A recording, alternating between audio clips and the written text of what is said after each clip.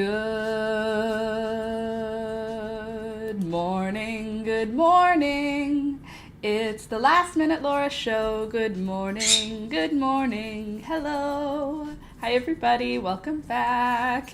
It is Friday, November 29th. And what the heck are we going to do about it? It is Friday, and we made it to Friday, and that's what's important. We made it through another week together, so welcome, welcome. Nice to see you. Happy Friday. Welcome, welcome, welcome. As you come in, don't forget to click the thumbs up button. It helps the channel grow, and you're already here hanging out with us, so you might as well click that. Good morning. Happy Friday. Oh, gosh. Another week gone. Another week closer to Christmas. And I'm nearly finished my Christmas shopping. I have, let me see what I have left to do. I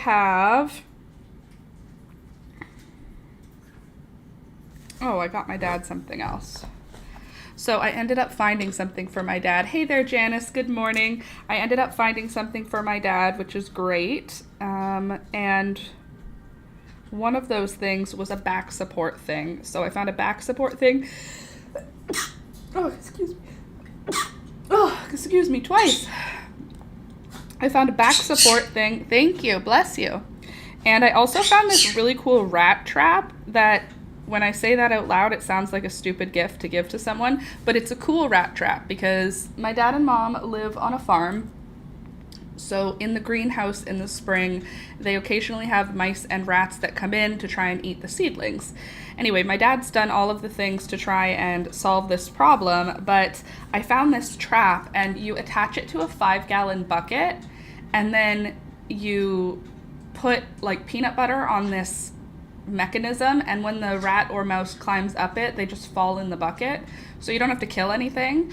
And like, you can, if you wanted to, you could like fill the bucket halfway with water and they would drown, but like you don't have to. And my dad doesn't want to kill all of these animals. So having them all end up in the bucket, then he can just take the bucket to the back of the farm and pour it out, because they don't cause trouble throughout the garden. It's just the greenhouse they need to be kept out of.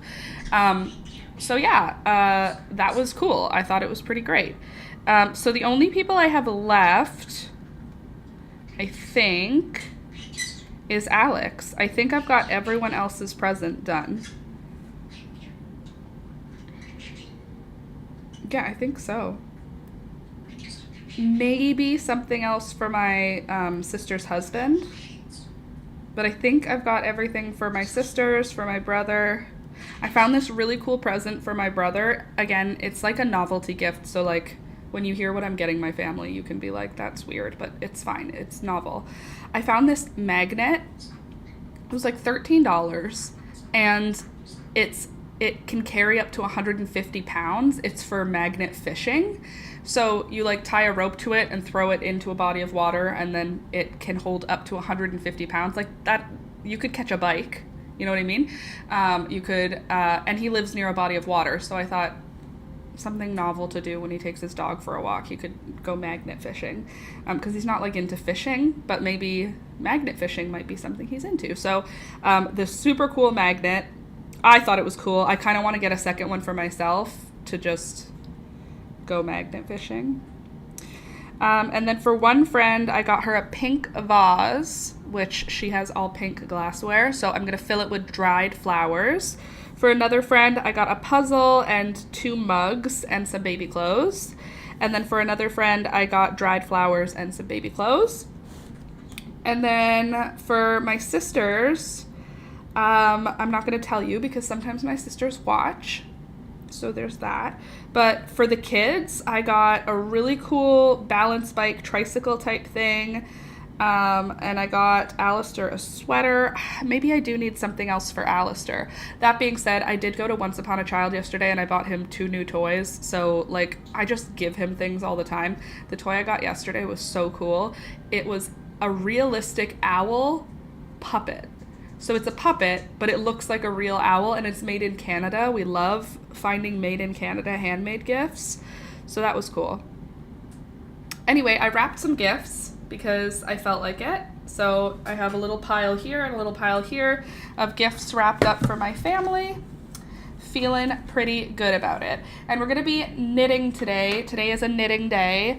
I did get started on the second sleeve. So we're working on the first sleeve together right now. And you can see how puffy it's actually become. I'm super into the level of puffiness on this sweater.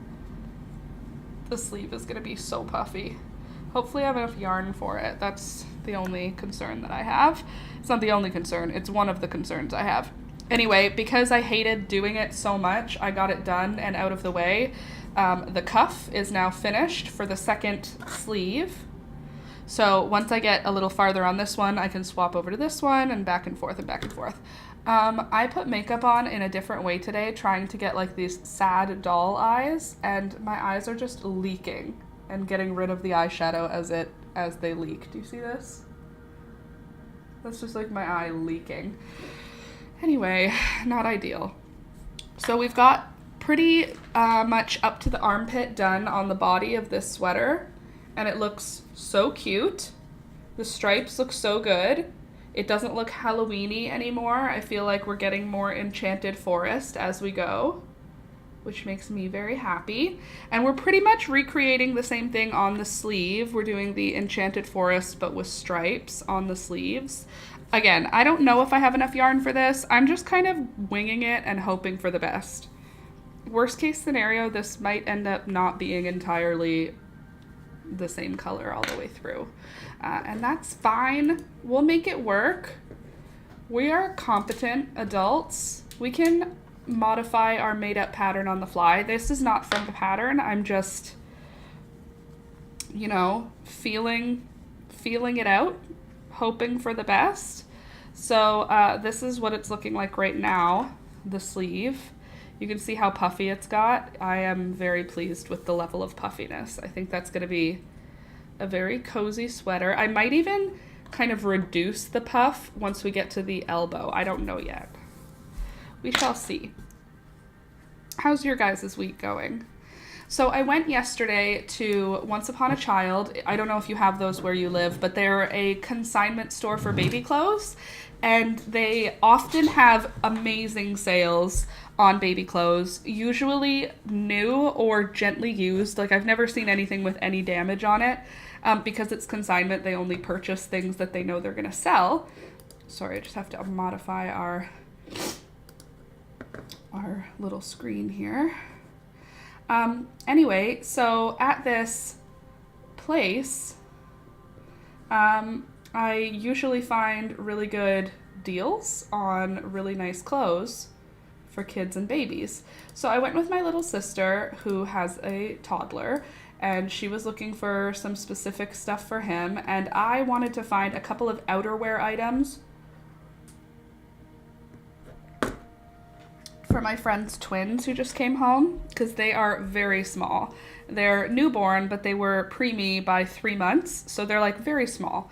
They're 6 pounds and 8 pounds, and they're 3 months old, but they're 3 months early, so you know what I'm saying. They're like 1 month old adjusted, 4 months old not adjusted, or 4 months old I don't know. They were born 4 months ago, but their due date was only a month ago.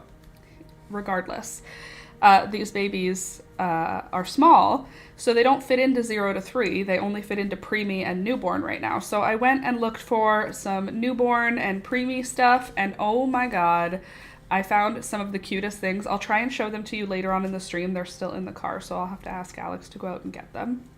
But I found some very cute pajamas and one-piece outfits and things with zippers. I tried to avoid things with buttons, but oh my god, so cute. Baby clothes are the cutest thing in the world. I also found some more plastic animals for Alistair because I am unable to stop buying them, and my little sister was like, why don't you start making a collection for the other kids in your life? Alistair's bin is full. And I was like, I understand what you're saying, but I'm gonna go ahead and disregard it. And then when we got home, Alistair and I lined up all of his animals, and we put all of the different animal groups together. So we put all of the lions together, all of the cows together. Turns out that boy has enough lions and tigers. We don't need any more lions or tigers ever again. He has like 8 of each, and we don't need any more lions or tigers. However, he only has 2 grizzly bears, so we could have more bears. More bears would be okay. He also only has 1 hyena, and he only has 1 beaver and 1 penguin and 1 moose. We've got lots. We've got lots of options moving forward. We just don't need any more lions. So I need to make a mental note not to pick up any more lions at any thrift stores, no matter how cute and cool they are. He has enough lions. Hi everyone, it's been a while since I caught a live. Hey there, Jamie, good morning. Nice to see ya. I'm knitting a new sweater, and this one is gonna have puffy sleeves, and it's gonna be a cozy knitted sweater. I'm using Spring Ombre acrylic from Mary Maxim, and I'm using a 70-30 wool and acrylic blend, or acrylic and wool blend, 70% acrylic, 30% wool, Mary Maxim Royale. Those are the 2 yarns I'm using in it for the main body parts. And then I'm using Mary Maxim Bonbon, and the colors are not in English, so I can't tell you what they are, but they're very pretty. Dark green, brownish green, and then I'm doing little stripes of black in here as well. And it's so far looking really good. I think we'll get pretty far in the sleeve today. The sleeve is a lot less stitches than the body piece, so it grows a lot faster, which is nice. So for tomorrow, I have a baby shower this weekend. And at the baby shower, I picked up a few things. I did pick up a few things from the Once Upon a Child clothing-wise, because my friend told me what she needed. But aside from the clothes I got, I also got off her registry bibs and burp cloths and high contrast baby books. They're like crinkly, plasticky books that you put in front of babies and they just stare at because it's black, white, and red. So those are the things I got. And then the clothes. The clothes are the best part, in my opinion, but I did get stuff off her registry too, so that I wouldn't just be showing up with unwanted items. She did tell me what she wanted, so I mean, I picked up clothes based on what she needs, but still, I did go for registry items as well, so that I don't have to be only holding clothes. She has so much clothes, so many clothes. She has lots of clothes for these babies. She doesn't really need clothes. The reason she needed clothes for them for this particular moment is because they're smaller than all the clothes that she has already. So I was looking at the preemie and newborn section, and oh my god, some of the things that babies are able to wear are so comical. It's like if you wanted to, you could dress your baby in costume every single day, like in formal wear and costume, and just you could just make your baby a doll. Yes, you can dress them in like cozy clothes, but you could also find cozy, like I found a pajama feeling 3-piece suit, and they had like pajama fabric but christening gowns. Like they've made everything formal but in baby fabric. It was very fun. I feel like as soon as a baby is large enough to sit up, they should be in overalls. That is my personal opinion, and I'm sticking to it. But that's pretty much all I did yesterday. I went shopping, and then I hung out for the afternoon, for the evening, with my little sister, mostly with Alistair. I was playing with him. We played with Play-Doh, and we played with some kind of Connect magnet toy, and then we played with his animals, and then it was time for me to go. I made him some dinner, and oh, my sister told me I can tell you. I talked to her yesterday, and I was like, I've been keeping a secret on the live stream, and I asked her if I could tell you guys. So my little sister's pregnant. I've told you about that already. My little sister is pregnant, and I've been very excited, and I've been very quiet about information about it because I didn't know and it's not my business. But she said you can totally share because this baby is, we're all very excited about them. It's a girl! She's having a girl. And we already know the name.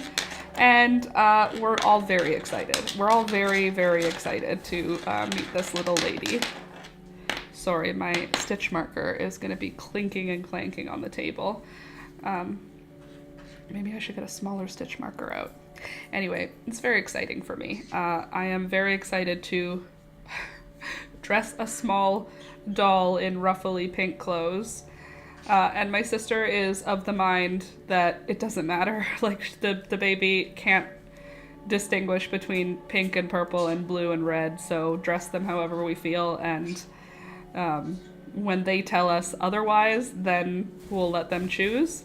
But until then, it doesn't really matter because they don't even see very well for the first little while. So I'm going to be picking out pink, ruffly, like insane clothes because that is what I like. And then when that baby says, I want to wear blue denim and only overalls, I'll be like, okay, fine. But until then, this is going to be a pink little princess.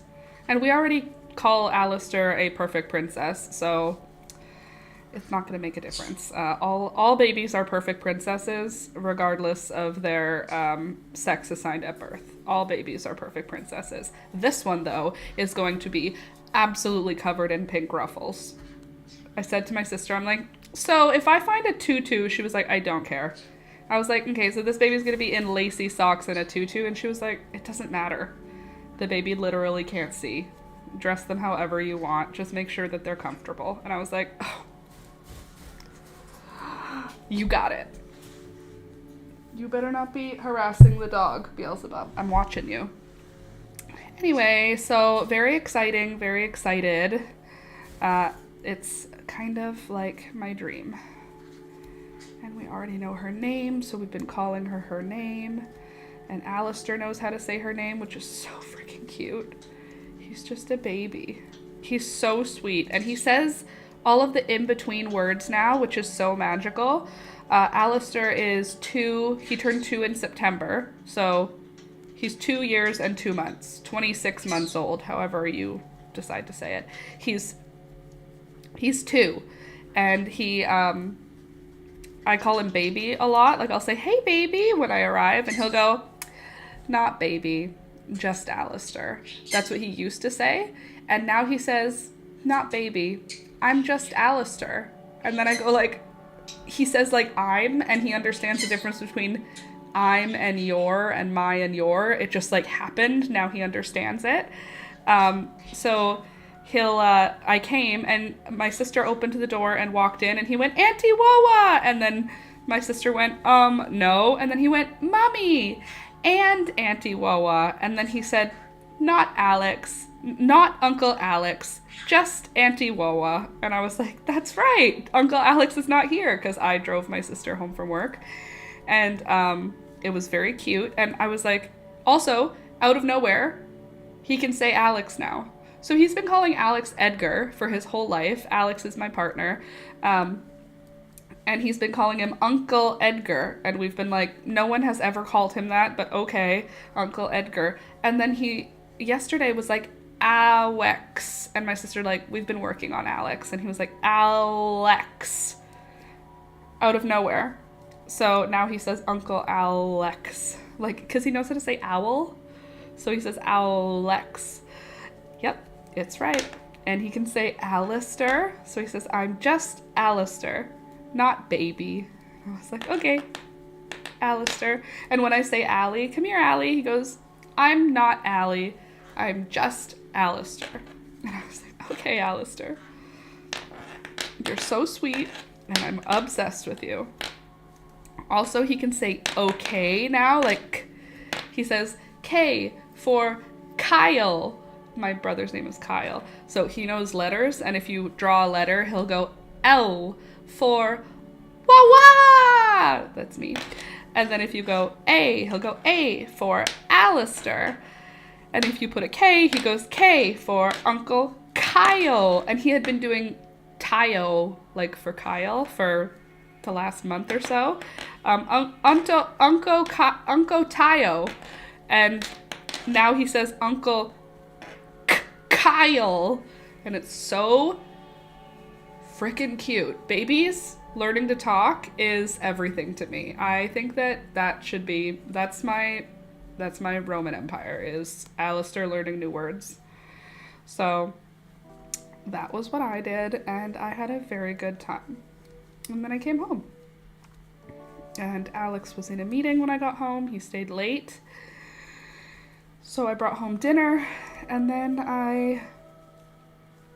what did I do? I took a shower. Bada bing, bada boom. Bedtime.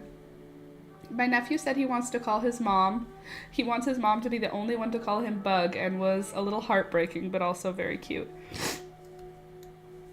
Only mom calls me Bug. Everyone else calls me my name. That's kind of cute, but also heartbreaking because Bug is a cute nickname. It's true.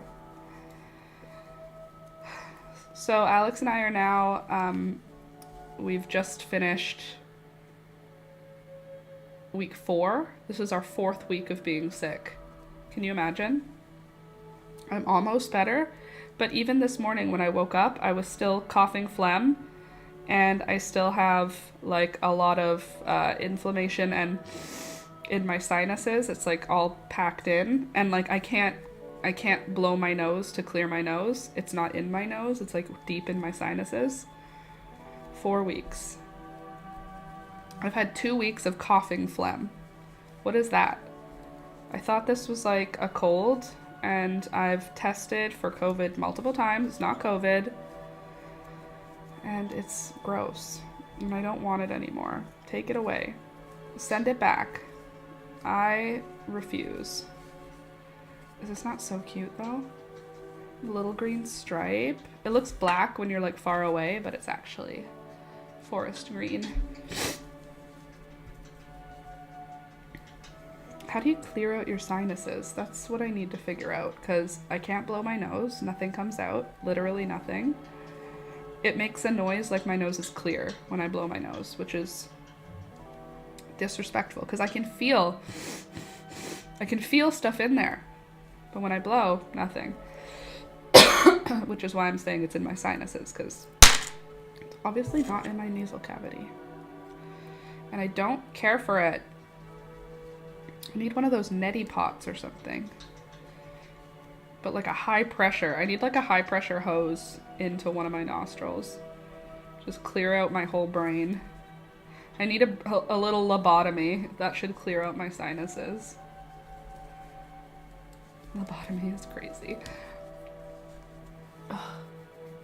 Oh, also I found a little bit more of my pink hair dye and just mixed it with conditioner last night when I was washing my hair, so it's a little less purple, a little more pink today.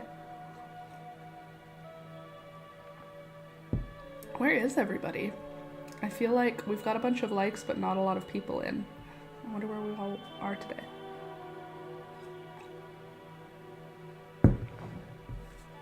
That's okay. It's a knitting day anyway, so it's a quiet kind of vibe. So that's all that's up with me. Just baby stuff. And working on this sweater.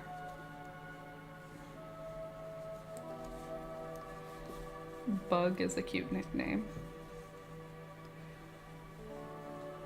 Trying to figure out the nickname for the next one, because she's already named. And I have chosen, I think that we're gonna call her Betty. Because if you didn't figure it out, her name is Elizabeth. So we can call her Lizabeth, Liz, Lizzie, Betty, Beth, or Elizabeth. Alistair calls her Elizabeth. I think I'll call her Betty, because I think Betty is such a cute name.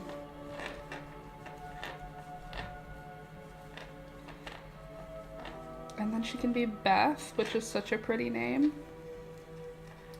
My sister's trying to get pregnant again, and I can't wait to make 700 baby sweaters. Yes, baby sweaters are important. Also, I have an 18-month baby sweater coming out, not next week, but the week after. I need something underneath my work so that this stitch marker doesn't make so much noise. Maybe I'll just put the sweater that we've already made underneath so it doesn't make a noise, not clinking around. Yeah, I have another 18-month baby sweater coming. And then I plan on making another newborn size, because I bought a couple of newborn size sweaters and they're so cute and so small, and I just want to make more of them because they're so little and I love making tiny items.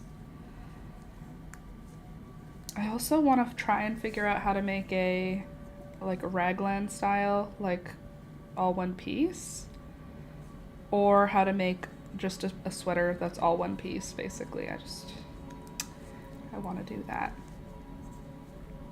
But yeah, I want to make another newborn.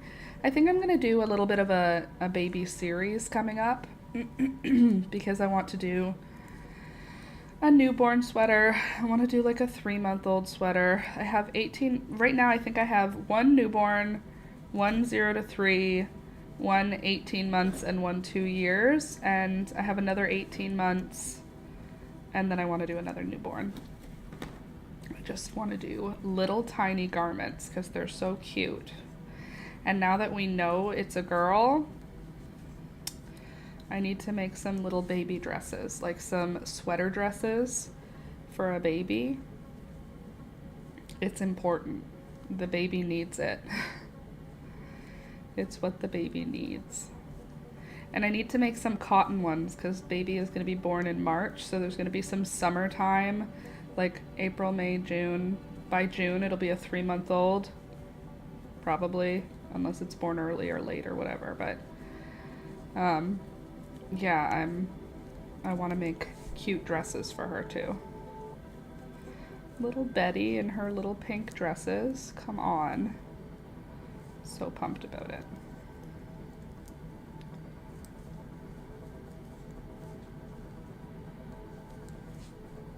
So that's all. That's all that's up with me. I'm just obsessed with babies, thinking about babies all the time. Also, I have had no more evidence of a mouse, which is great. We caught a mouse last week or the week before in my humane trap. Let me just double check that there's no mouse in there this morning. Okay, good, there isn't. And since I caught him, I let him go outside, and since then, no additional mouse presence in my house, which is good. Also, the cat has stopped staring underneath the fridge, so I'm pretty sure that means there's no mouse there anymore, which is great.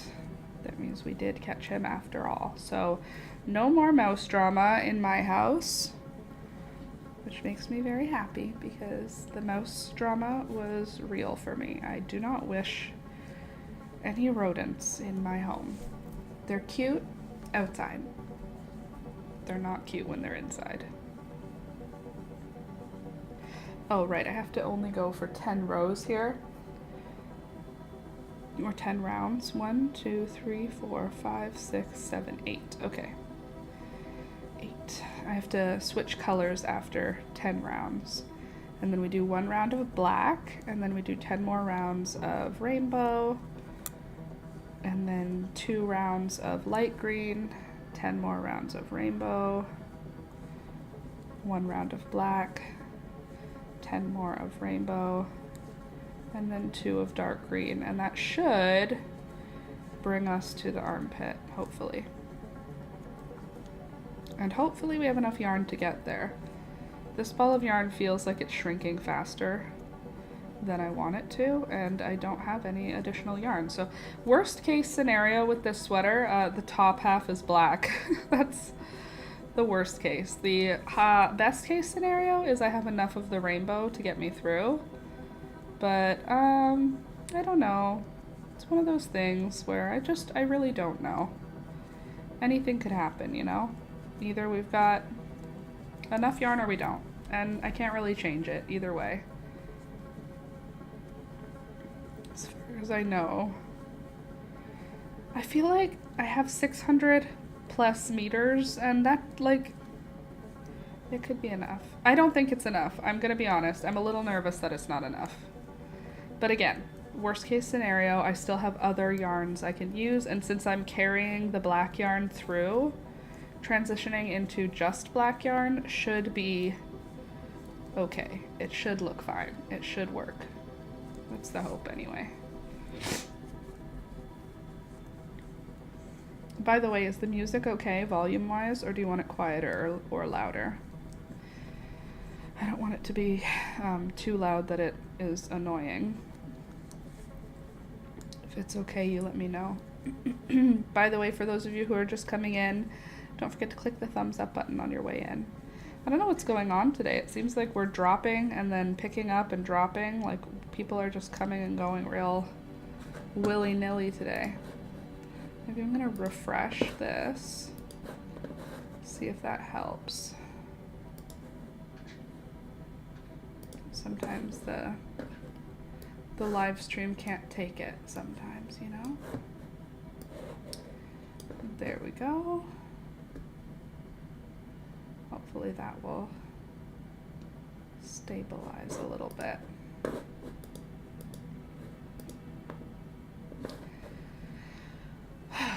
So, what's the tea? What's going on with you guys? Any vibes? Anything exciting happening?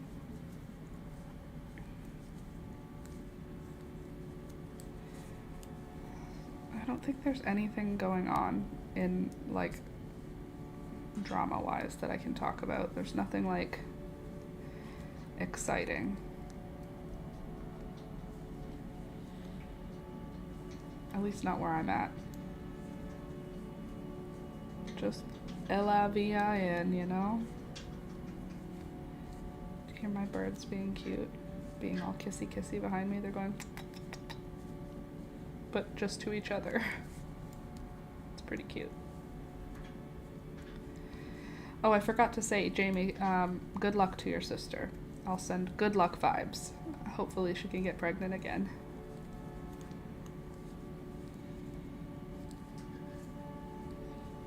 Pregnancy is so weird. Watching my friends and family go through it is like... it's like hard on your body. Like, it's not like... why is it not like comfortable and easy? You would think that it would be like comfortable and easy so that people will have more babies, but it's literally like a huge undertaking. Getting pregnant, being pregnant, staying pregnant, and then giving birth, and then having babies. It's like a slug. Like, it's just on and on and on. And it's hard. First you're nauseous, then you have heartburn, then you're hungry, then you're cranky. It's like an illness. At the end you get a baby though, so I mean, that's kind of cool. A fully dependent baby. We're not very like functional mammals, you know what I mean? At least that's what it feels like.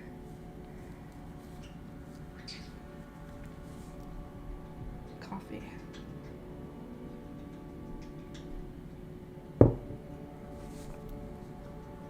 Ah, delicious.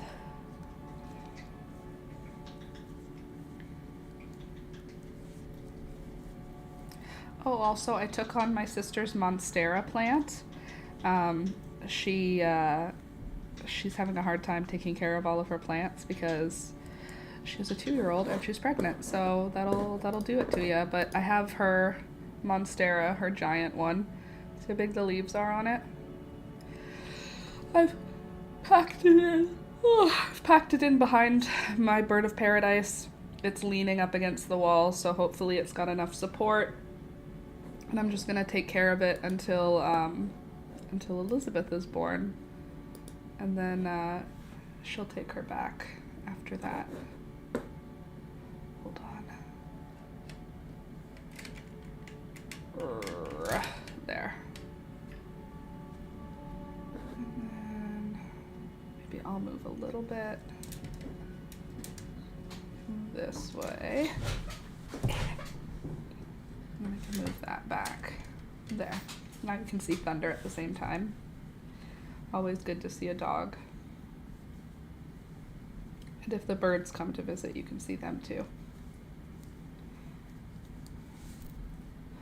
I feel like this is just a little bit,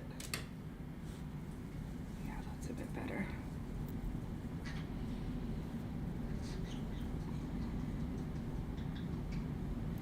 Oh, also it snowed yesterday. First snow of the year. Which is crazy, because it is November 29th. November 28th for our first snow, and it was barely a snow. Like, literally, the freezing rain briefly froze. It was like 5 minutes of snowing. But still, I saw snow and I felt snow for the first time this year, which is, it's a little bit late. Usually snow has started sticking to the ground on November 25th.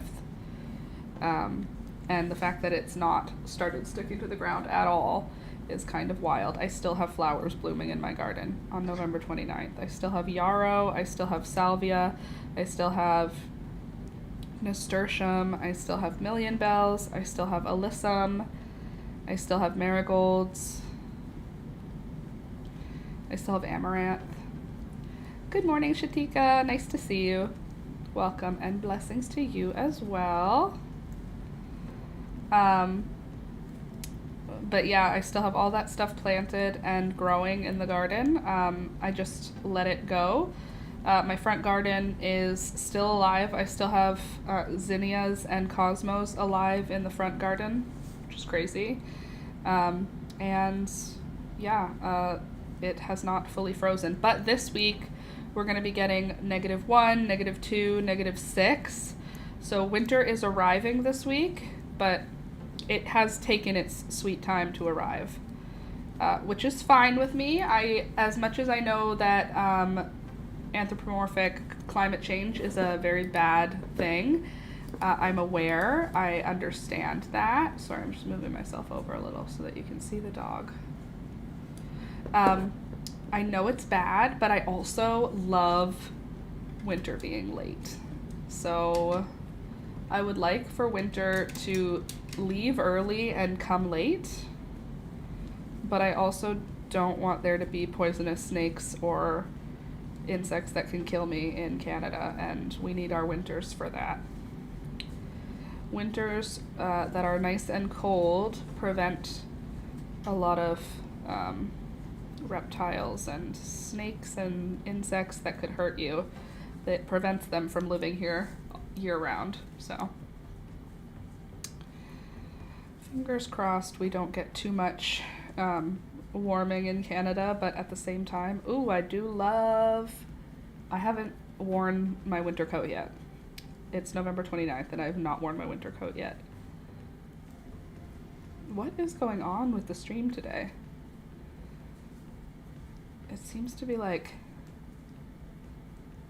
I don't know, just causing issues. Is it freezing or is it just, why is it so blurry? Is it blurry for you guys? I feel like it is so blurry for me. Does it look blurry to you or is it just me? Am I just not getting it? Hold on a sec, okay? Hi Beelzebub, I can hear you. Do you hear my bird fluttering around in the background? Sorry, one sec. I'm just gonna do a little background stuff.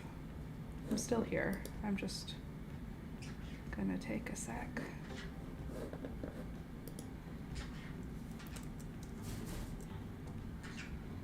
All right.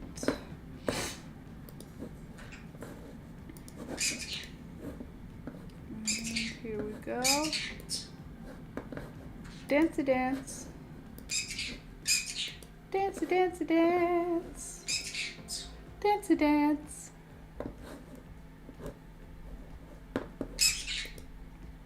You're so cute. You're so cute. Hello. Hi, Beelzebub. Hi. Good morning. I'm just trying to fix the stream. What are you up to?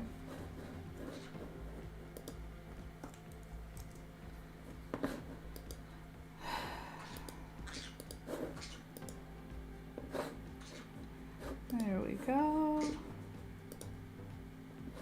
Hopefully that is what it needed. Sorry, I'm just updating. I feel like it's, we're having lag. We're having a bunch of lag. Is it blurry on your end, Marina? Good morning, Marina, by the way. Nice to see ya. Like, my speeds are all good, but for some reason, it looks blurry on my end. How you doing, Beelzebub? You wanna come sit? Come here. Come on. Just adjust here so that I can reach my bird. Come here. Come on. Video looks good? Okay. Come here, baby. Come on. Come on. Hi. Good morning. Good morning, pretty bird. Have a kiss. Good morning. Hi. How you doing? You step up? Here. Good bird. What a pretty bird you are. Hi. How you doing? Have a kiss.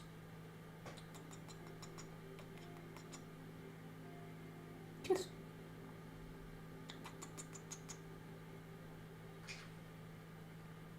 Kiss. Thank you, baby. How you doing?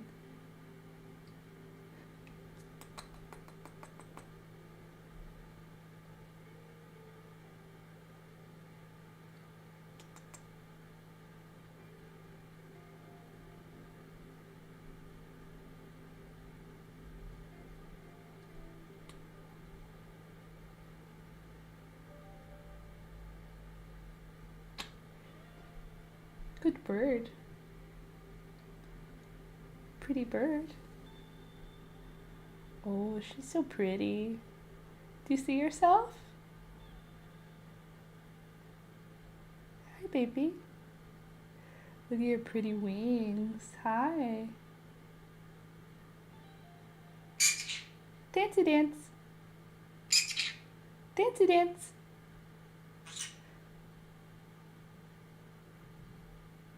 Dancey, dancey, dancey, dance. Dancey, dancey, dancey, dance.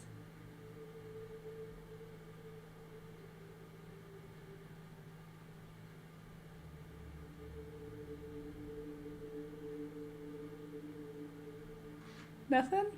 Okay. Want to sit here? Okay, that's nice. Thank you. Oh God, I love these freaking birds. Don't get parrots, but look at how cute they are when you have them. But don't get them. They're not good pets, but look how cute. Come on. Okay, back to work. She's like, okay, or is that it? You just wanted to say hi to me? Good. Anywho, by the way, don't forget to click the thumbs up button on your way in. Helps the channel grow. You're already here. Click like, please. Like the stream, right, Beelzebub? Right. Oh, I forgot. I wanted to show you what I got at the thrift store the other day. And I also finished making some cool art. So that's another thing I have to do today to show you.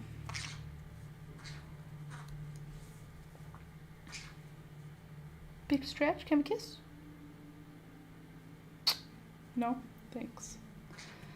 Fine. Don't give me a kiss. Rude. Just bite my hair and sit with me. That's fine.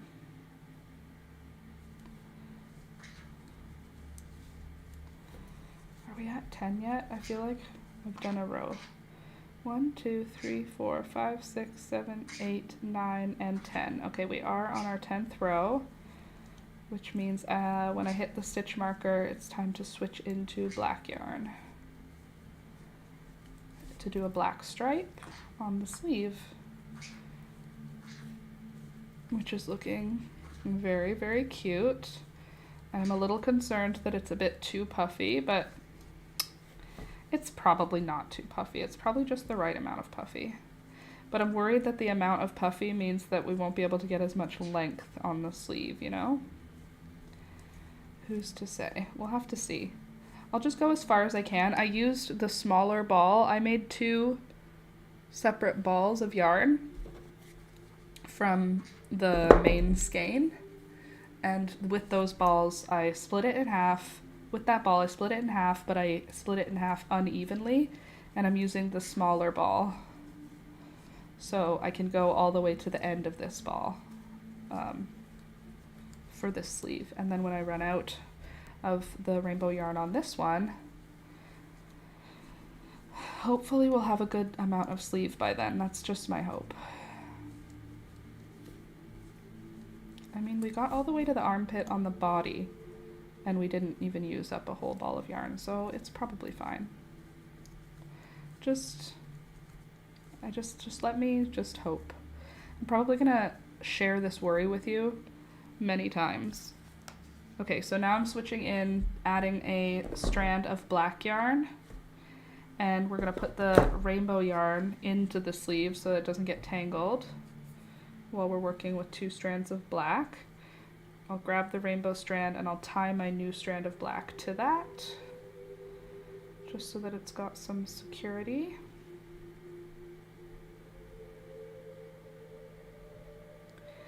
And then I'll drop the rainbow, pick up both black yarns, and we'll do a round, just 1 round of just black. Just for a nice little pop.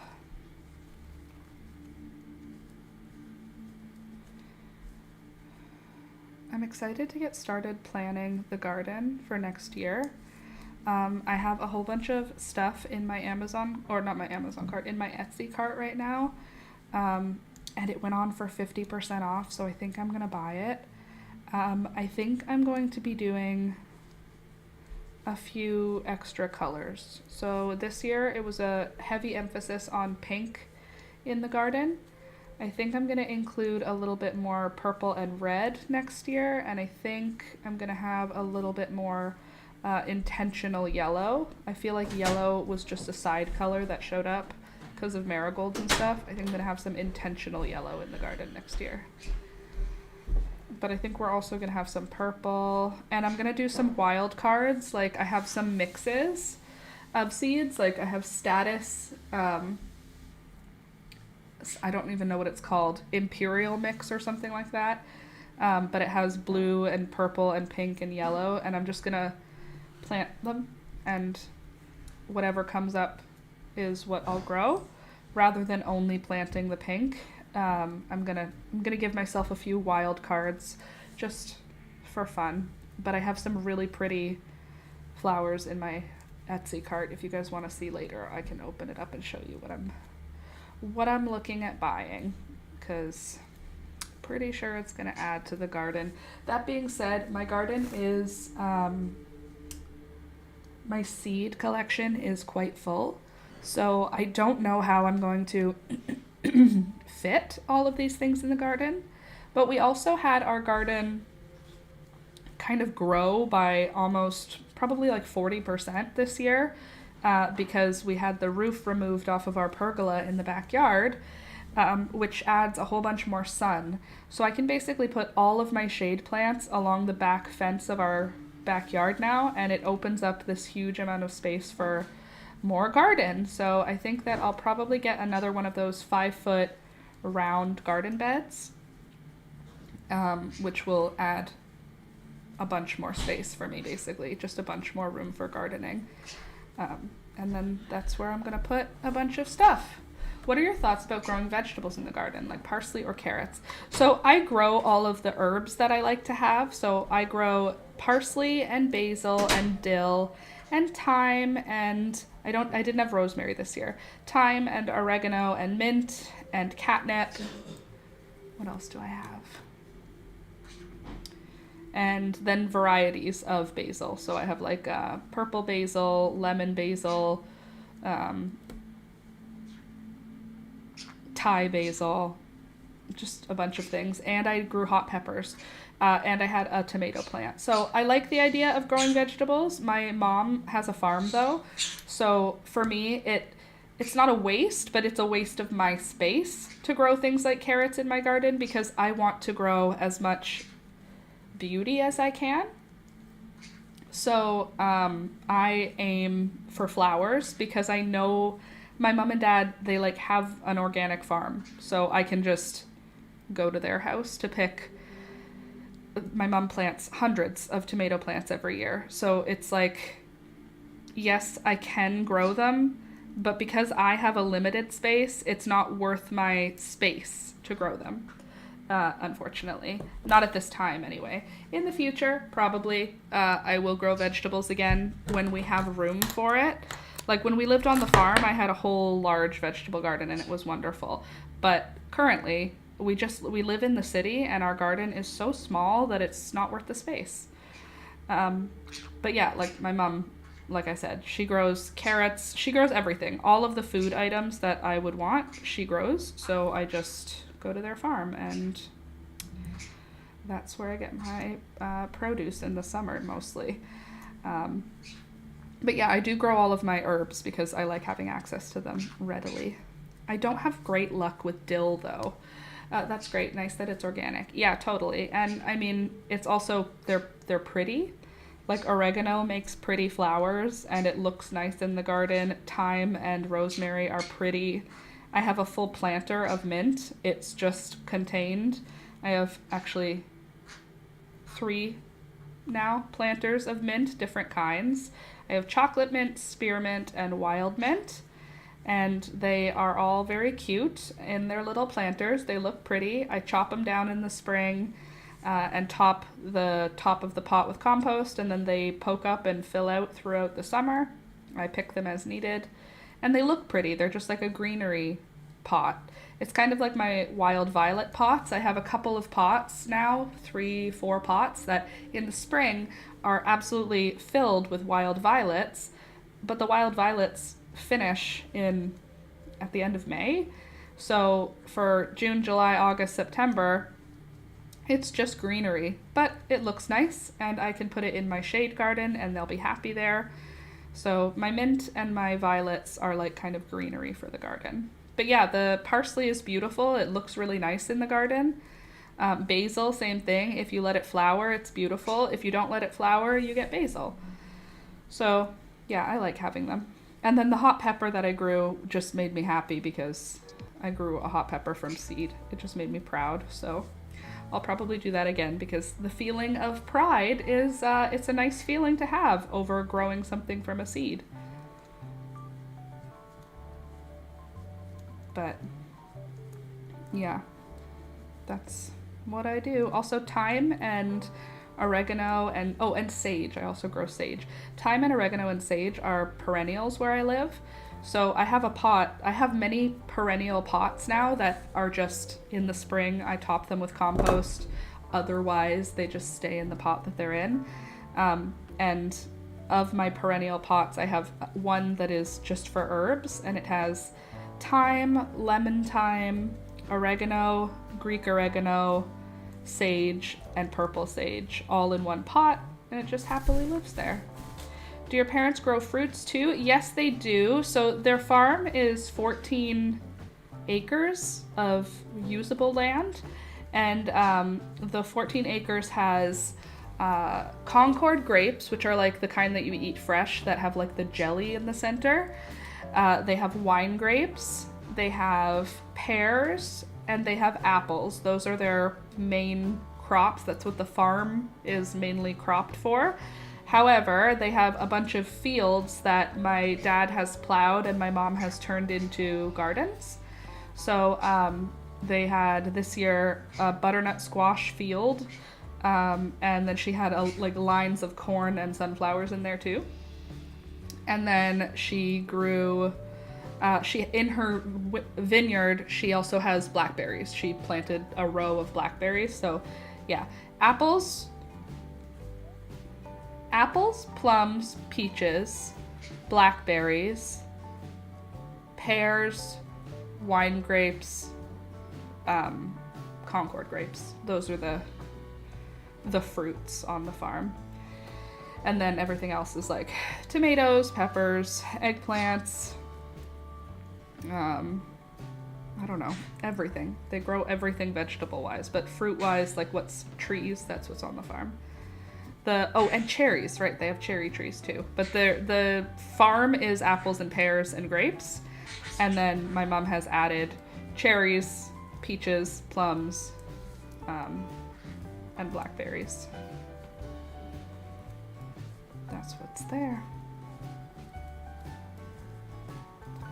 And it's lovely. And I go there in the spring and I dig up wild violets and add them to my collection each year. And last year I added ferns. They have a forest sort of section of their farm. Like where the farms divide over to the next farm, they have a treed, made me shiver, a treed area, like a forest. But it's very narrow. It's narrow and long. So like you can see through the forest to the next farm, but it's the full length of the farm. So it's like, anyway, I call it the forest, but it's not really a forest. Anyway, in that area, there's trilliums and ferns and trout lilies and all these different like forest flowers. And I go and I collect them in the spring and move them to my garden. Not trilliums, because you're not allowed to move them in Ontario, but the wild violets, I moved them into my garden, and then I moved some ferns last year, and it looks awesome. They look so good in my garden. They stay in the shade garden, and I love them. Turned out really good. So now in my shade garden, I have wild violets, ferns, hostas, geraniums,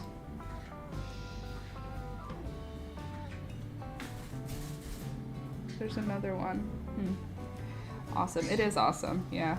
But my shade garden is really filling out now, and my perennials are really filling out. I have a pretty good little collection now. Like if we move, it's going to be inconvenient. I've collected enough perennials that it becomes an inconvenience. How many perennials do you have? An inconvenient amount. That's how many.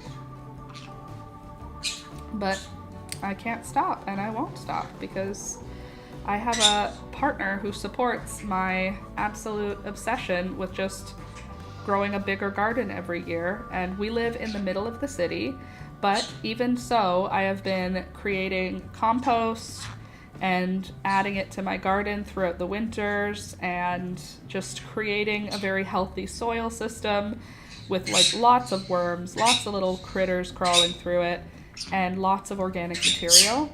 So if we move, I already told Alex, and he said he supports it.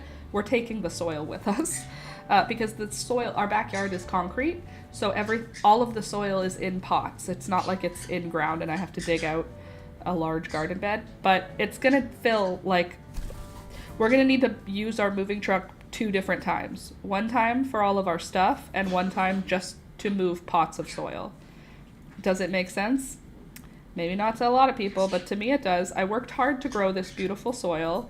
It's made organically of the compost of the food that we've eaten, and all of the plants that I've grown, I chopped and composted.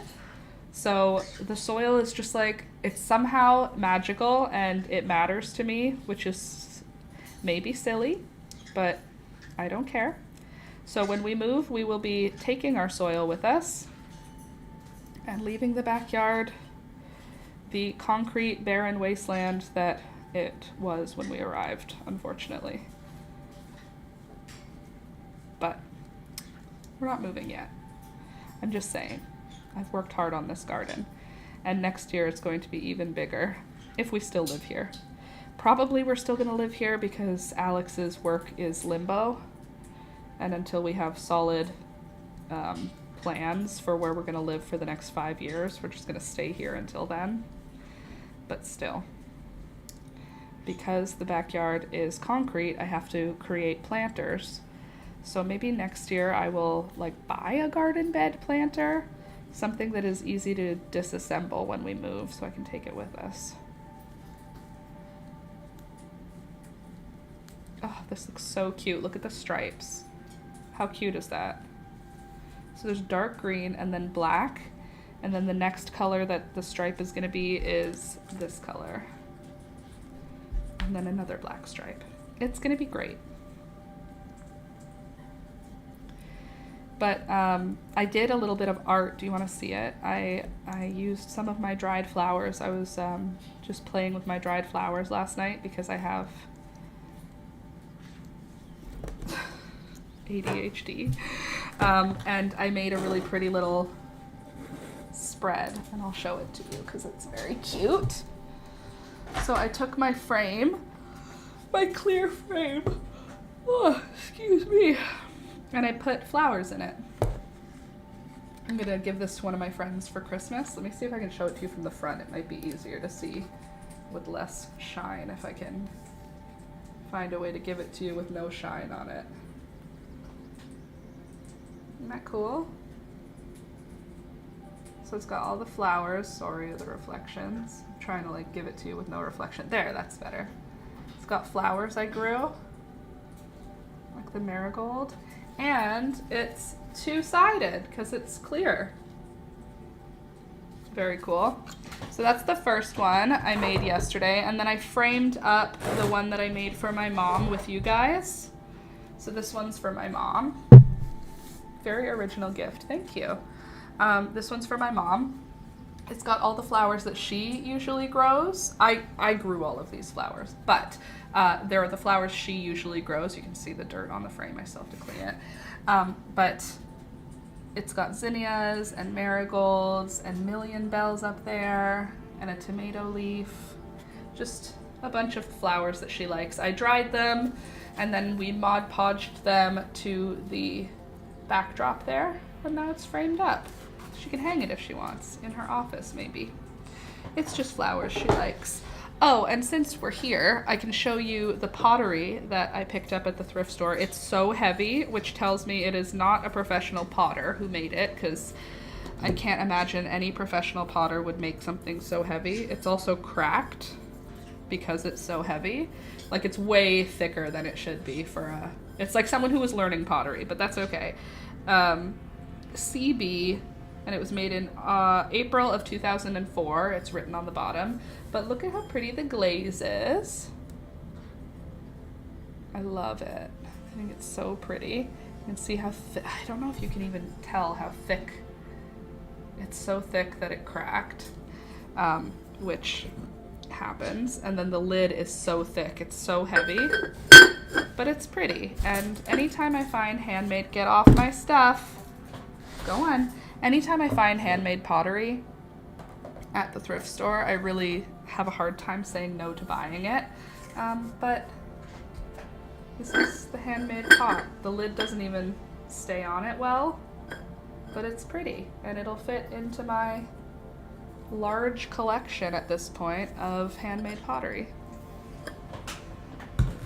I paid 75 cents for it also, because the thrift store near my house is amazing, and I will never stop going to it. I love that thrift store so much.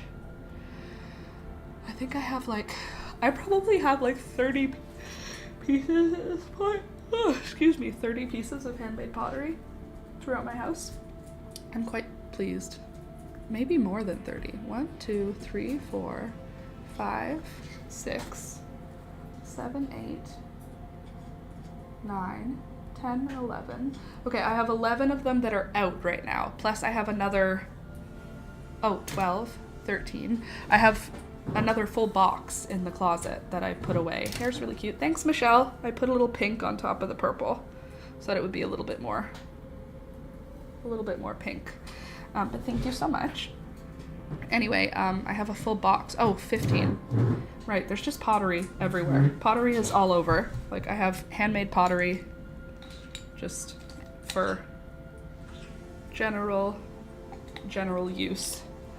Just handmade pottery all over the place. And I like it that way. I think that handmade pottery should be everywhere. We hear you, Beelzebub. Don't need to start screaming, girlfriend. Okay, so here's how the sweater is looking. This is up to the armpit is finished. And then here is how the sleeve is looking. Cute. Also, I can feel it. It's gonna be warm. It's gonna be a warm sweater. Look how puffy the sleeve is. Isn't that cute? What I'm wondering though is if I should shrink it down at all, because you see how big the sleeve is. We hear you. We can all hear you. Hey. Like if I should reduce at this point so it's less puffy up here. Ma'am, I don't know what just woke you up, but no one wants that. I don't want it. No. No, thank you. No. No, thank you. Hey. Chillax. You too. You guys just fly around if you're crazy. You don't have to scream.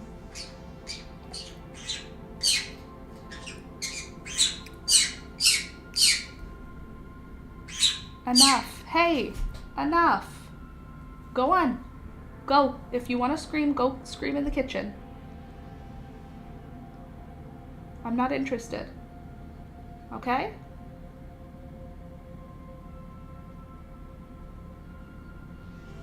All done. It's not all done. They're not all done. No. No. Hey.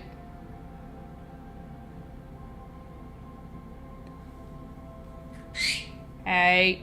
The colors of your sweater look great with your hair. Thanks, Deborah. Good morning, by the way, Deborah. Your mom's gift is beautiful. Thank you. Handmade is superior.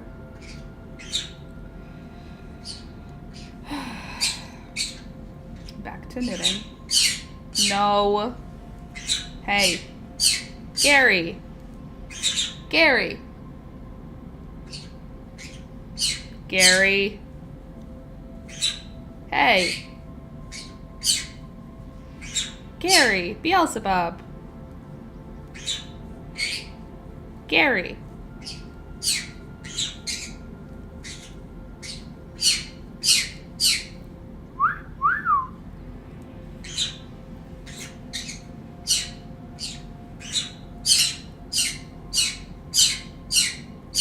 I'll just turn the volume down for a minute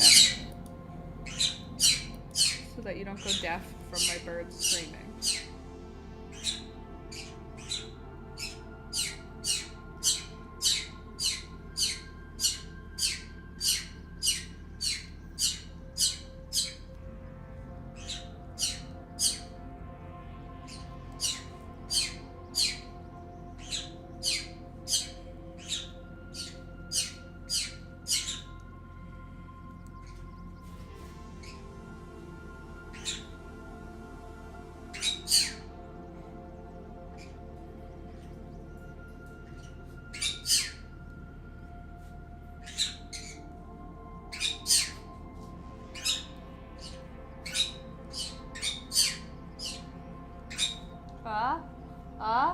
Achoo! Achoo! Achoo!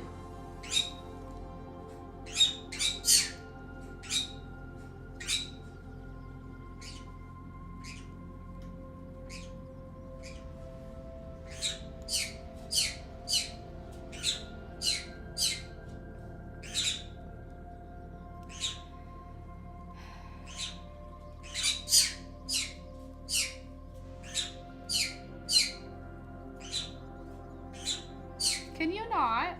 Can you not? Go on. Go. Fly away. Go fly somewhere else. I want to sit and chat, but you guys are too loud. Go on. Go. Wild animals.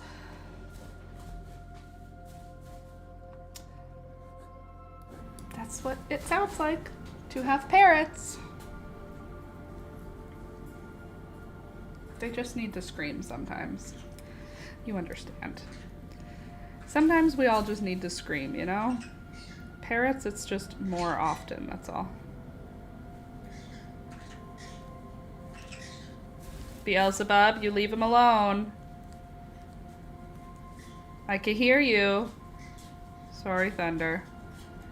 You'll have to wait until they're not interested anymore. Anyway, how are you guys doing?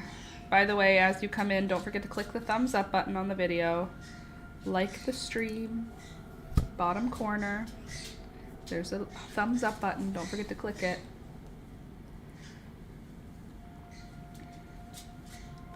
Thumbs up for the parrots. Thumbs up for the tiny chihuahua that's probably about to wander back into frame.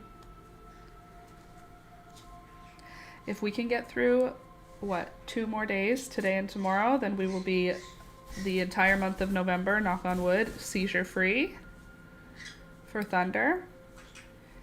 Because in October he had 2 seizures, so it would be great if we could get 0 seizures for November. That would be super, and I would really appreciate it.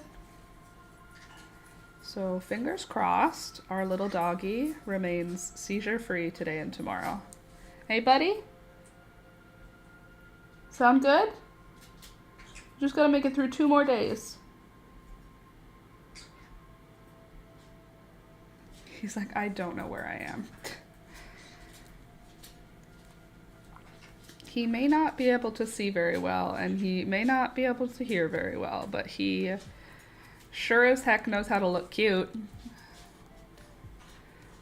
Seeing, hearing, not important. Teeth, not important.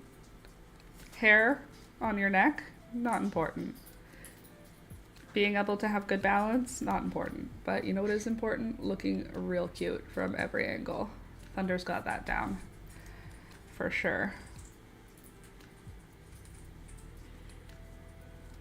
So I'm doing another 10 rows like this before we switch back into another color, by the way. I think I mentioned that already.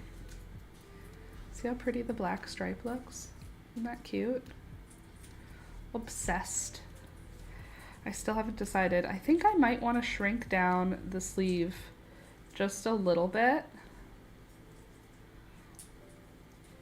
Like make the puff less aggressive so that it's puffier near the sleeve or near the cuff than it is all the way up the arm. Like maybe if I reduce it, I think the last increase I did was every 5, so I could do like 4 and then 2 together just to reduce the circumference a little bit. I don't think we need it to be this large at the top. Maybe I'll do that after a few more rows.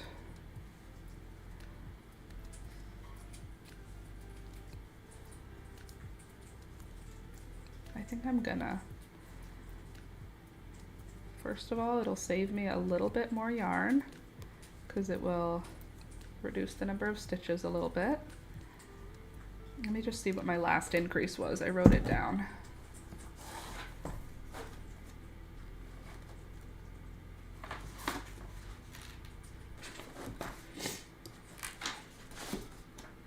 He's really cute. Oh, hair's really cute. I thought you said he's really cute. I'm like, he is. He's the cutest.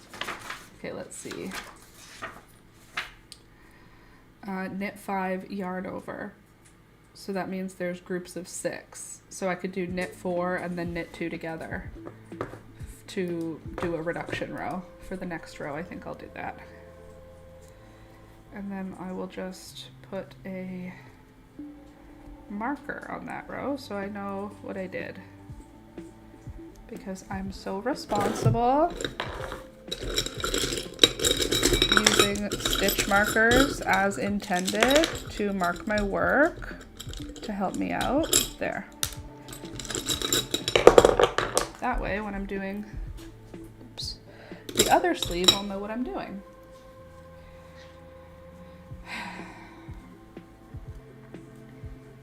not a huge amount of reduction, just a little bit, just to create like almost a bobble on the end of the arm. Plus, I don't think the actual armhole needs to be this big. I think it's kind of unnecessary to have it be this large. It'll be too oversized, and that's not what we're aiming for. And I'll have too many reductions to do around the top. Yeah. This is a great idea. Sometimes I have great ideas. Okay, so now this row, we're gonna do knit 4, knit 2 together. 1, 2, 3, 4, and then knit 2 together. And now I will take my stitch marker that I put down somewhere nearby here, and I will mark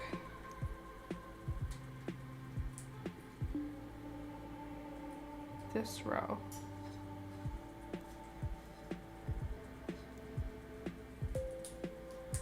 Yep.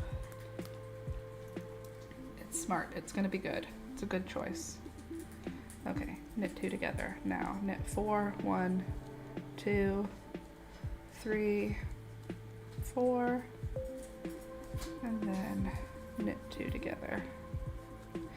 Knit 4, 1, 2, 3, 4,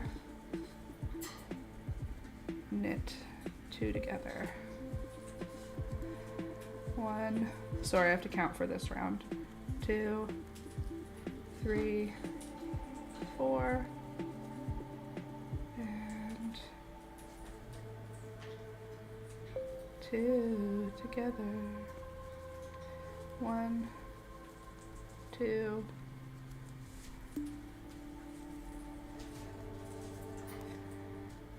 3, 4, knit 2 together. 1, 2, 3, 4, knit 2 together. 1, 2, 3, 4,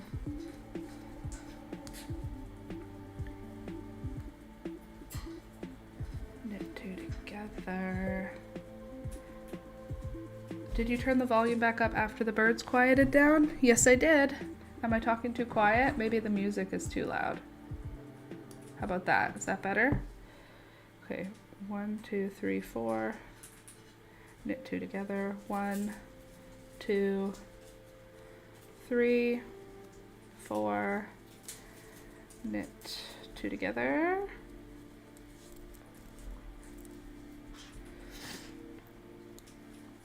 1, 2, 3, 4. Knit 2 together. 1, 2, 3, 4. Knit 2 together. You're probably just counting quietly. Yes, that's true. 1, 2, 3, 4. Almost there, almost there. Knit 2 together. 1, 2, 3, 4. Knit 2 together. 1, 2, 3, 4. Knit 2 together. 1, 2, 3, 4. Beautiful. We love when the counting adds up. Look at that. And then finish it off with a knit 2 together. Good. So that'll reduce the puffiness on the sleeve a little bit. So then after this stage, it'll tighten down a little. Can you not? No one wants to hear that. No one's interested in hearing you scream. Your screaming is offensive.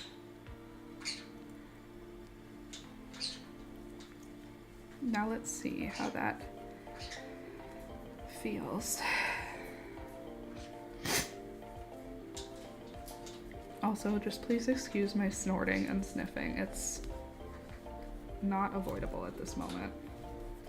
I would love to not be doing it, but I have just swollen sinuses and it feels like it's the only way to relieve it. But when I blow my nose, nothing happens. Again, I've blown my nose 1,000 times and it sounds like my nose is clear when I blow it, but then when I go, you can hear there is something happening in there. I know it's my sinuses. I just have to like take a steamy shower or something to clear them out. I need to get one of those neti pots. That's what I need to do. You know, you ever see those videos where they do that to a toddler? Where they just pump water into one nostril and then it clears it out the other side? That's what I want to do. Without like suffocating myself.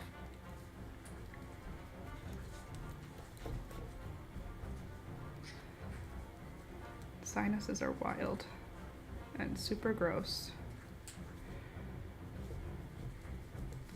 Okay, I think this was a good choice. I think shrinking it down a little bit was a good choice. It's not going to be a huge amount decreased, but I think it'll be enough that the sleeve won't be too baggy. And you know what? If it doesn't look tight enough, I can always do another reduction row a little while later.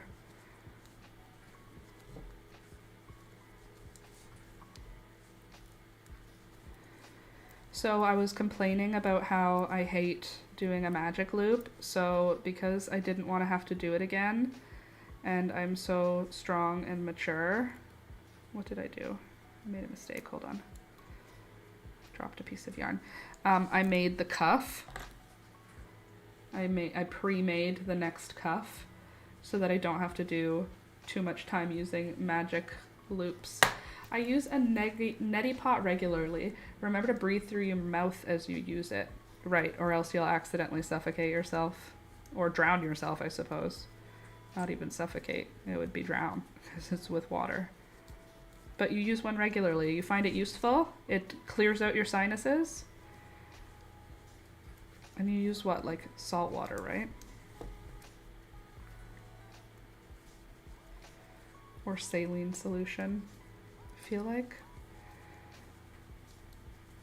salt water and saline solution are the same thing in my brain, because isn't saline salt? Is saline solution just sterilized salt water and salt water is just not sterile? Is that what's up? I'm not a doctor. Yes, it's very helpful for clearing up sinuses. Yes, well, that is what I need, because you can hear it. I can hear there is substance in my sinus, unless it's just inflamed. That's possible. But there is substance in my sinuses, and when I blow my nose, nothing happens. And it's enraging to blow your nose and have nothing happen, and then go and be like, it's in there. I can I can feel it. And I don't appreciate it.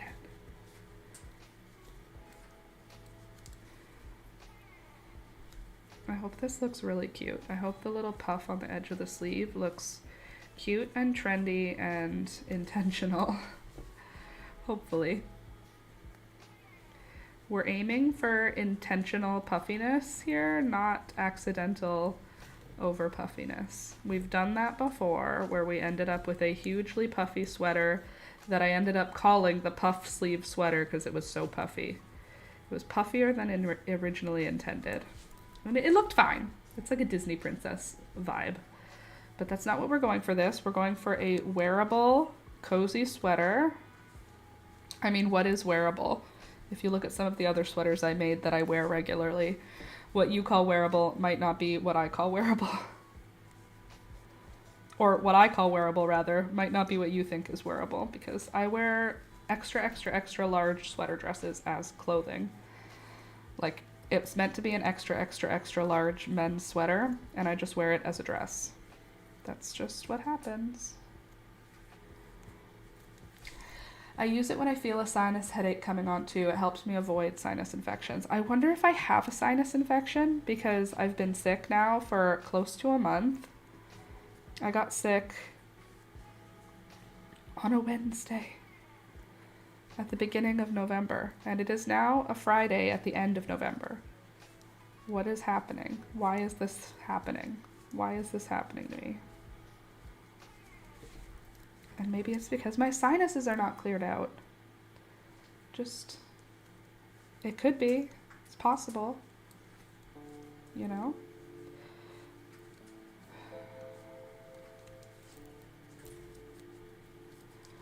I don't know. I have to pee. I'm gonna take a quick break here. Run to the bathroom. Oh, my foot's asleep. Oh, why do I sit in such weird ways that it makes my foot fall asleep? It's not intelligent. Okay, I'm gonna run to the bathroom and go pee, and then I'll come back and we can continue knitting and chatting and all the things. I think I'll probably refill my coffee at the same point because it is now cold. And then we can kind of see how the shrinking has gone. Sinus infections give you a horrid headache, horrible headaches. Feels like the top of your head is gonna blow off. Yeah, I do not like a sinus headache. Sinus headaches are very, for me, yeah, it's like right here. It's just like pushing forward, it feels like. Like it feels like it should be visible. That's how sinus headaches feel to me. Like how can no one see that I have a sinus headache? It feels like it should be a visible injury. Okay, so there's what it looks like after my decreases. It's kind of curving in a little bit. That's cute. Okay, I will just leave you here so you can look at my work. Let's see if there's something here. I have the instructions so you can see them. There. No, you can't really see them because it won't hold. Oh well. All right, I'll be right back. I'm just going to turn the music up a little bit so you have something to listen to, and then I will mute myself.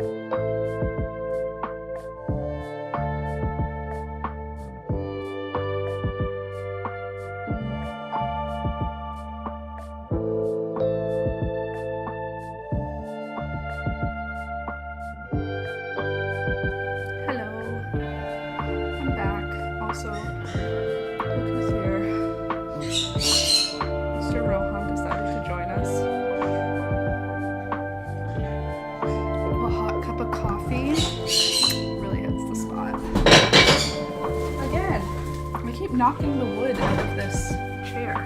What the heck is it cut out?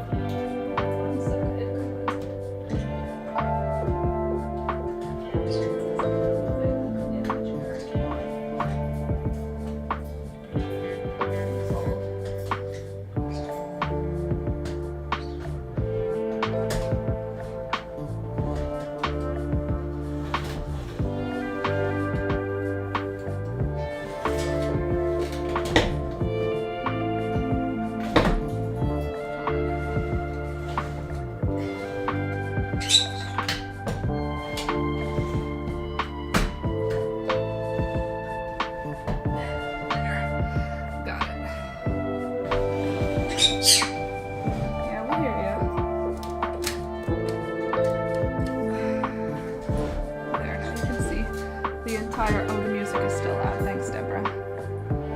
Let's turn that back down. Get that out of the way a little bit, and now you can watch this kitty make biscuits, probably. Okay?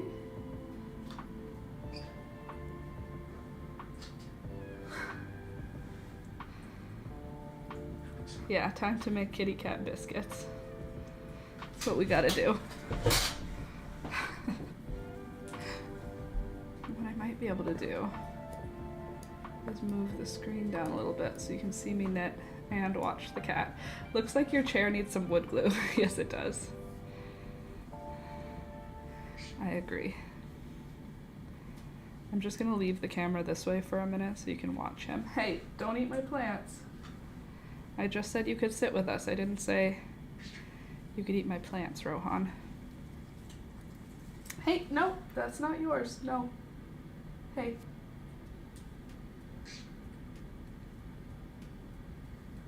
No, ma'am. Yeah, there you go. There's a nice boy. Pawing at me? What, are you gonna bite me or something?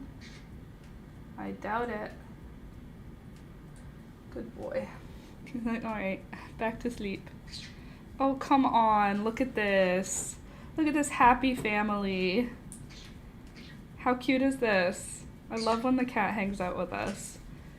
He's a kind of a loner. He's not a loner, but he's not very, he doesn't typically hang out as much with us. He likes to sort of be in the periphery, like he'll hang out in the kitchen while I'm in here. Whereas like Thunder hangs out as close to me as he can. Look, I put his wool blanket there. Yeah, and he likes it, right? You like that wool blanket? It's like I can't relax. I am a wild animal. Hey, do you have a hard time relaxing because you're so wild? Hey?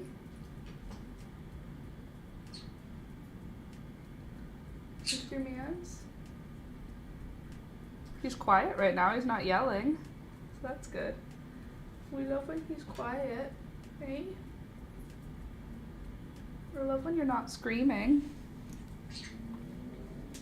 He tends to be a bit of a loud boy. He has a tendency to scream. He has a loud boy energy. Go ahead, lie down. I believe in you, Rohan. You don't have to be crazy. There you go. Good job, buddy. Gotta get all tucked around. Oh, yeah, very good. Little bagel cat. He's a bagel cat. Peekaboo is a loaf, and Rohan is a bagel. Very good. I am happy. Right now I am very happy. All of my animals are nearby, and they're not making crazy noise, and they're just being all cute nearby, and that's what I love. I love when the animals get along. Very cute. Very homey and warm and cozy and welcoming, and that's what we like. He's like my hubby, only an outdoor voice. Literally. Rohan only has an outdoor voice. It's true. It's a good way to put it. His indoor voice never manifested. He was born indoors as a house cat with an outdoor cat's voice, and Peekaboo was outdoors as a wild cat, and she was born with just an indoor voice. She's happy kitty little noises. Rohan, meow, very loud, very, very not demure, let me tell you. Same with my husband. Yeah. Good morning, sweet geek. Nice to see you this morning. Welcome, everybody. If you're new here, subscribe. We get together Monday, Wednesday, Friday from 9 a.m. till 12 p.m. to do craft stuff together. Sometimes we're painting. Often we're crocheting. Right now we're knitting. I'm working on a new sweater because I wanted to make a knitted sweater, and so I'm doing that. But if you're new, subscribe, and also like the live stream, click the thumbs up button. But if you subscribe, you can participate in our live chat, which you can see going off to the side here probably. It might be under the video if you're on mobile, but either way. There is a live chat, so 9 a.m. till 12 p.m. Monday, Wednesday, Friday. And then on Tuesdays, I have new crochet tutorials coming out every Tuesday. This week it was a hat. I don't have it nearby, so I can't show it to you, but this week's video tutorial was for a hat. Last week was for a baby sweater, and the week before that was for a baby hat, I believe. Or it might have been for a stitch, a new stitch tutorial. It depends. Whatever I'm feeling like making is typically what I make. But if you have suggestions for what you want to learn to crochet, leave them in the comments below a video, and I will reply to you, and I will add it to my list of things to make. I am particularly inspired right now to make baby things because there are babies coming out of my ears. There's just babies everywhere. All of my friends, all of my family members just seem to be having babies all at the same time. There's toddlers, there's infants, there's babies on the way. There's every kind of baby available. So I'm inspired to make baby things, but I make other stuff too, like the hat that I made last week. And right now I'm knitting a sweater for myself. I'm working on the sleeve right now, and I've just done a couple of rows ago. I did a reduction, which I'm hoping is going to make it fit just a little bit more, a little tighter, because it's got this big poof. So now there's a reduction row, which should help it shrink to something a little bit more manageable. I might even do one more reduction row, but not quite yet. I'll wait a little bit. I'm pulling apart the top of a mitten that I knit too long. Oh, well, sorry you have to pull it apart. That is not my favorite thing for you, but good for you having the emotional fortitude to frog a project. I do not have said fortitude, but I'm proud of you for having it. Let's see how many rows I've done. 1, 2, 3, 4, 5, 6, 7, 8, and 9. Oh, it's already almost time to switch colors to do my dark green or my light green row. The heat is on now because it's like 1 degree outside or something, Celsius, which is pretty cold, close to freezing, and I am fine with it, but I hate how dry the air gets when the heat is on. But I also hate having a humidifier on because I hate when it gets damp, like from the humidifier. Like the wall near where the humidifier is always gets like damp and drippy. I feel like I'm very particular about how I like my weather, and we're not there right now. That's not the weather we have right now. I like it warm and humid, but like naturally humid, not too humid. Hey there, Monica, good morning. Welcome, welcome. We're working on the sleeve still. Don't forget to click the thumbs up button as you come in. Helps the channel. But good morning. I hope you're having a good Friday morning. Oh, right, I have coffee. It's gonna get cold fast. I need to drink a little bit of my coffee. Oh, sorry. Let me hit the mic with my coffee cup.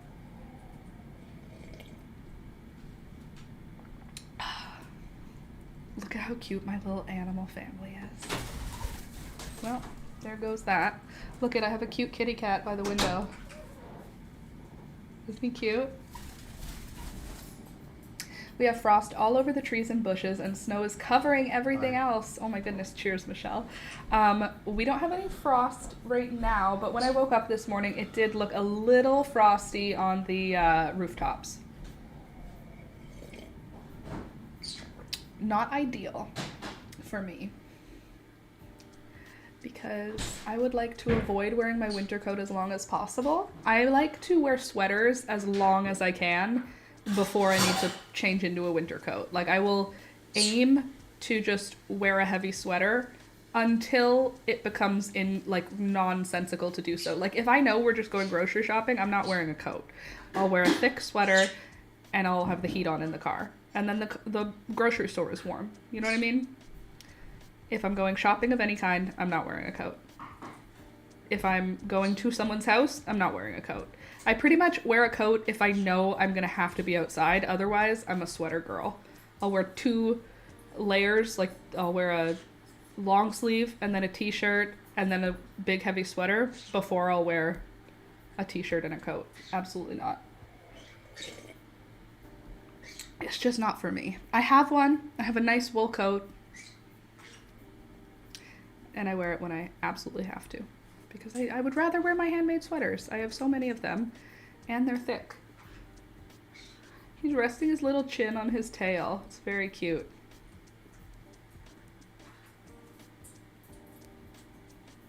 Maybe it's cute. Maybe he's hunting the birds. It's kind of unclear. Okay, now he's not. Now he's resting. He was thinking about it. He was thinking about, maybe I want to attack the birds today. I get that. I hate wearing the big coat. It's just so inconveniently huge. Yeah, and also, fun fact, it's not safe to be in a car with a seatbelt with a big heavy coat on, because the seatbelt is supposed to be fitted to your body. And if you're wearing a big heavy coat, you're not getting the ideal safety mechanisms from the seatbelt. From the seatbelt.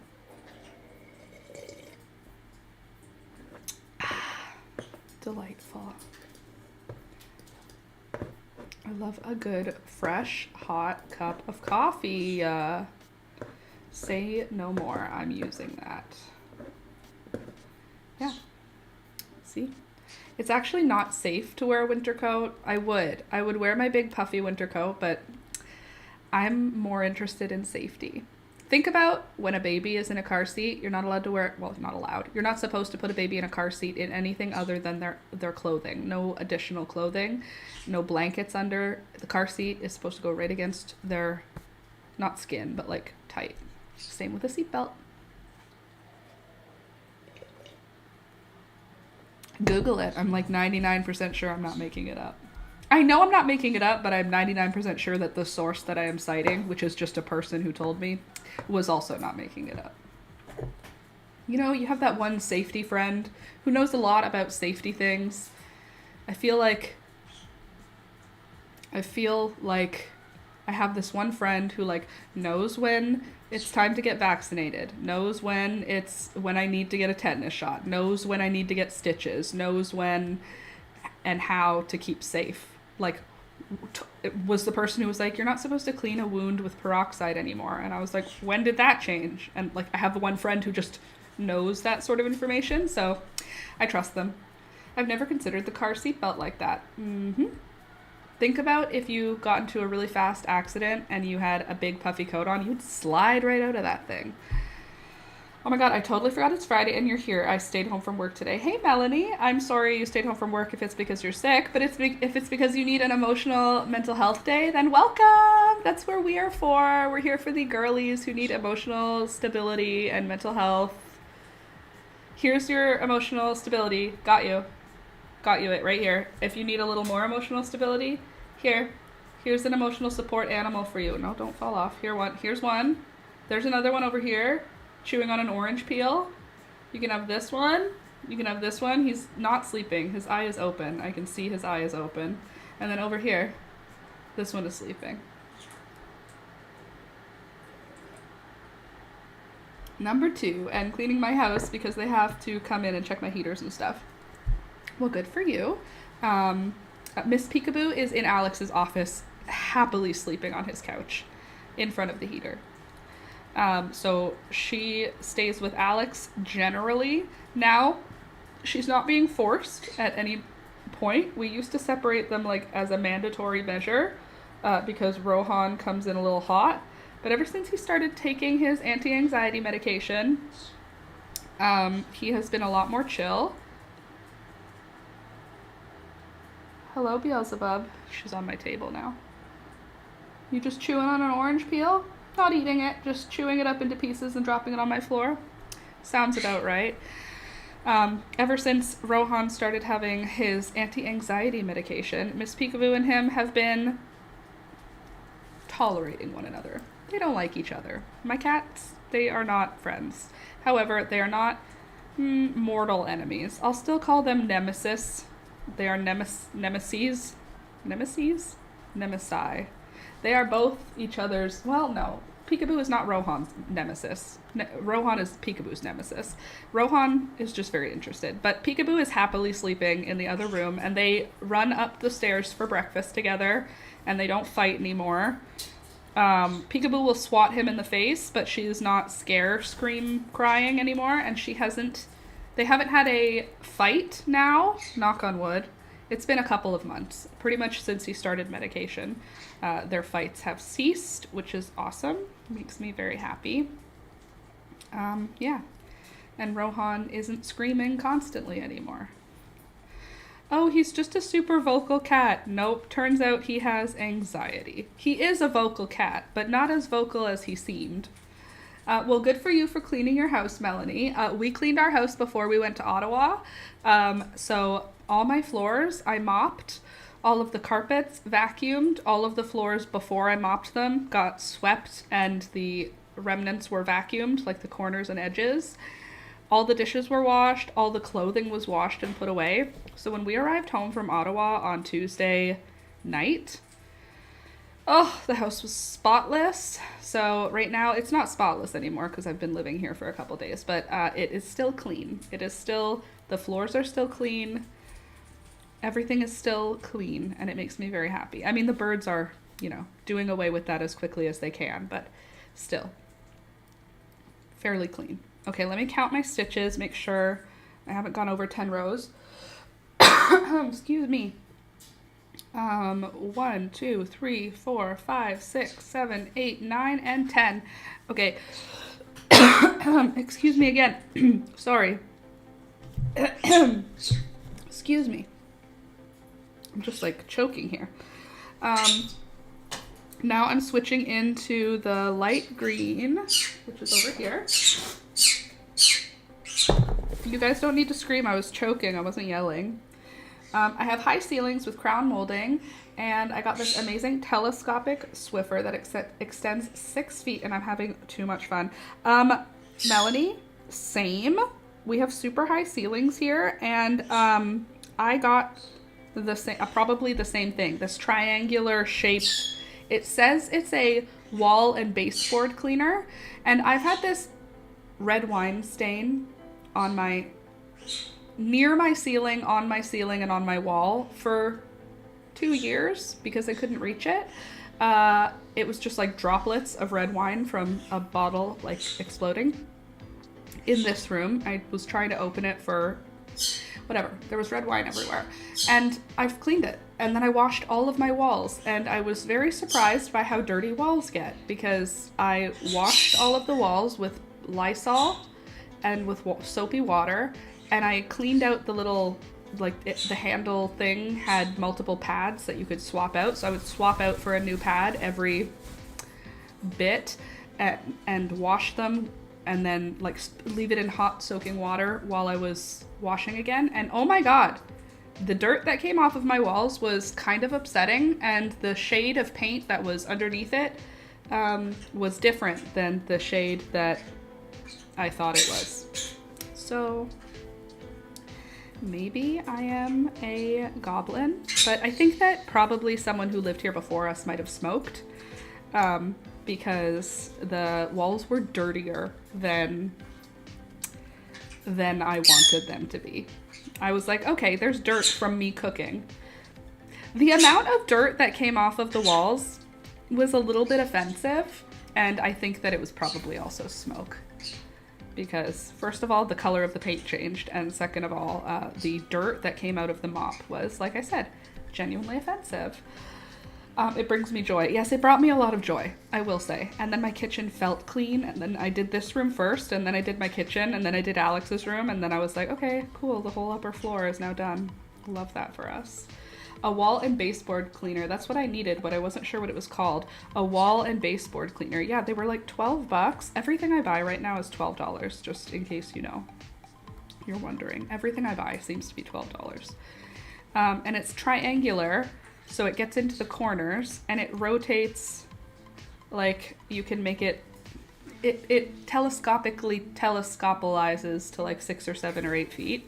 It's long. And it came with a bunch of different pads that can be washed, like microfiber pads. Very cool. Let's see. Monica. Laura, how about crocheting a scarf, mittens, slippers, or a blanket, but like beginner friendly? I do want to do mittens. A beginner friendly scarf? I mean, I haven't done one. I've never done one because I feel like a scarf is like, if you can do a straight line, you could do a scarf, but I can do a scarf tutorial. I just feel like it's just a large rectangle, so why not? Do you want me to do it with like a special stitch or something, or just like a basic half double crochet, single crochet, double crochet, something like that? We could do a variation of all three, you know? We could do half double crochet, double crochet, single crochet, like different rows of different stitches. Make it a stitch practice scarf. Mine didn't come with reusable pads, but I'm sure I could sew some fairly easily. Excuse me. Ugh. Let's see. Mine didn't come with oh, I read that already. We sell this stuff at work called noodle fabric. It's like microfiber, cars, stainless steel polishing glove material. Oh, cool. Noodle fabric is exactly what it should be called. I can totally picture what you're thinking about. Thanks, Michelle. And Monica, I think that's a good idea. I don't think mittens are beginner friendly, personally. I feel like mittens are a little bit more, a little bit of a step up in difficulty, at least in my opinion. But a scarf, a hat, what was the other options? Hold on. Scarf, mitten, slippers, or a blanket. A blanket too, I can do a blanket. I think a scarf might be a fun one. And then Alex will have a scarf. I feel like nobody in my family needs a scarf this winter, but Alex will always happily accept handmade gifts from me. He is a trooper in the trenches of handmade. Home decor could be cool. Okay, like what? I mean, I've done plant hangers. I've done plant pots, like plant cozies, basically. It's at its core, it's just 2 of those Swiffer prongs, so I could make something for it.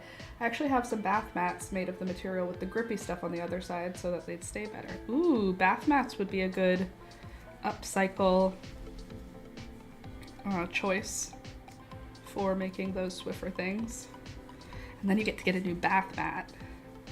You know you're an adult when you're like, oh, I get to get a new bath mat. How exciting. Christmas garlands. I do have an awful lot of green yarn, so I definitely could do some Christmas garlands. Or some vines or something, like ivy. Garlands could be fun, and I feel like it could be fairly easy. I already bought a bunch of different colors, so I'm sure I could sacrifice one. Yes. You already bought a bunch of different colors. Do you swap out your bath mat when you wash it? I have one bath mat, and when it's being washed, there's no bath mat. That's how I live my life. Some snowflakes. I've done a snowflake before, but I can do a snowflake again. That's who I'd like to be. I would like to be someone who swaps out things. I used to be someone who was like, we have one set of sheets. Now I have evolved, grown, matured. I am mature now, and I can tell you that I'm mature because I have 3 sets of sheets now. So there's always a clean one in the drawer, and then there's always a dirty one that needs to be washed, and then there's one on the bed. So there's never a time when I'm waiting for the dryer to finish before we're allowed to go to bed because there's nothing on the bed, which is something I lived through for way longer than I would like to admit. Like, honestly, like 30 years of my life, it was, sorry, we can't go to bed yet. The sheets are in the dryer. The only sheets we have are in the dryer. But now I have 3 sets, and I'm very happy with just having 3. I don't need to have a linen closet of spare sheets. I need to have 3 fitted sheets, 2 duvet covers, and 3 sets of pillowcases. That's it. I don't need 3 flat sheets. I need 2 flat sheets. Anyway, now I'm mature because I have multiple sets of sheets. And they're all white so that I can use bleach on them, which I like to do once in a while. I like having white bedding because I like using bleach on bedding because I have like this ick with bedding. I want to wash it on hot, dry it on hot, and I want that to be how it's done. And I like that white is bleachable and washable on hot and dryable on hot. I want it washed and dried on hot and bleach occasionally. That makes me happy. For sheets, anyway. Let's see. I got a new sheet set recently. They have leaves on them and are green. Oh, I love that. I love green for a duvet cover, but for me, I want the sheets white. Give me white sheet. I don't even want off-white cream. I want crisp, pure white. First of all, I'll notice a stain right away if it's crisp, pure white. Second of all, she loves adding bleach. I don't bleach most of our clothes ever, but let me tell you, bleaching a pillowcase, it does the soul good. Bleach in the pillowcases does me good. Ugh, going to bed on freshly bleach, hot wash, hot dried pillowcases. That's how you make it into my heart. Bless you. Alex just turned into a 58-year-old dad. Did you hear that sneeze? A bit much. We have 2 sets of sheets and a few seasonal blankets. I have an entire, we got this chest of drawers that's like 6 drawers, just 6 individual drawers. It's only like this wide, and it's just 6 deep drawers, and they're all filled with blankets, and it's a little bit much, but I don't have anywhere else to put them, so they fill the entire container. I have to pay $4 a load for my laundry, so I'll live in ignorant bliss for now in my green sheets. Fair enough. Yeah, I don't pay for laundry. We have an all-inclusive rent, so it includes the price of electricity, water, heat, all the things. So I don't pay for that stuff. I just pay a rent bill, and then I'm here. And because of that, because I don't pay those things, I will wash it twice if I have to. I mean, that doesn't typically happen unless I just forget the laundry was in there, but you know what I mean. I will definitely wash it in hot water. Thank you very much. Okay, so we've finished the second stripe of green, the one that doesn't even show up, which is a little annoying, but it's fine. It's gonna look good. It'll look good, it'll look intentional. Once we get a few rows farther in, I might add another decrease row depending on how it feels. But right now this seems okay. Ours is like that, except it's a small building, so they have a coin-operated laundry in the hall. Yeah, ours is a house, so there's a laundry room. Thank goodness. We I lived at a place, I can't say we because Alex and I moved into a place that had laundry. My first apartment had no laundry, and there was no coin operated laundry. You had to go to a laundromat, and it was a block away. And carrying, let me tell you, when you have to carry your stuff, we didn't have a car because it was my first year university. When you have to carry your clothing to a laundromat, do you know how long you're willing to have clothes that are not washed? Too long.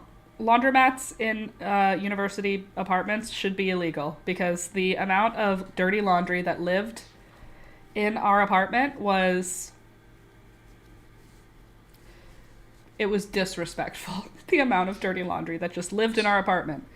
There were 4 girls, 4 young women living in a house together with no laundry room, with no laundry. So the bathroom, the tub, became the underwear laundry room. And then everything else, you waited until it was literally when you could hear the smell on it. That's when you were like, hey, we gotta go to the laundromat. Otherwise, it was like, when you're done with it, take it off and hang it up. It'll be fine.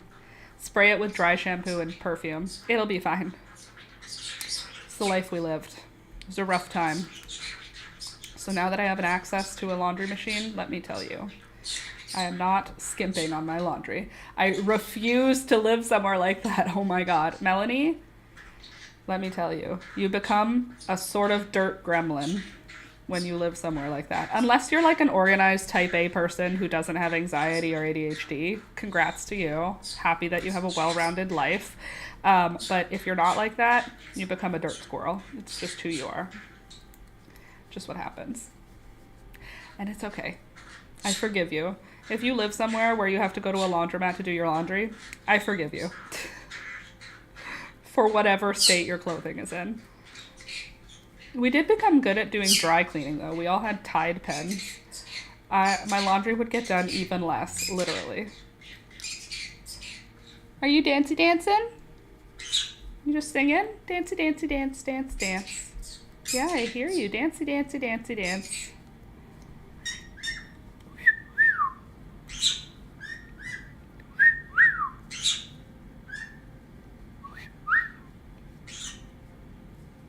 That's Gary, by the way.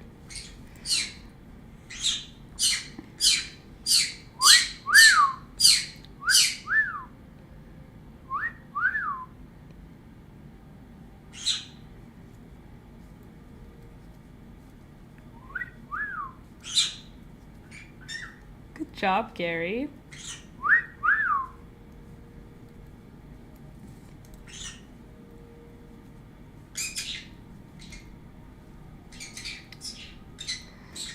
Oh yeah, and this was in Ottawa, so the snow meant laundry's not being done.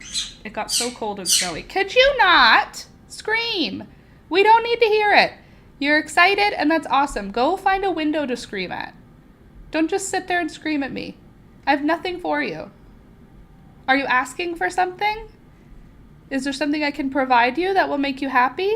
Do you need a toy? Do you want to play? Yeah? Okay, 1 second. I have to get the bird something to play with.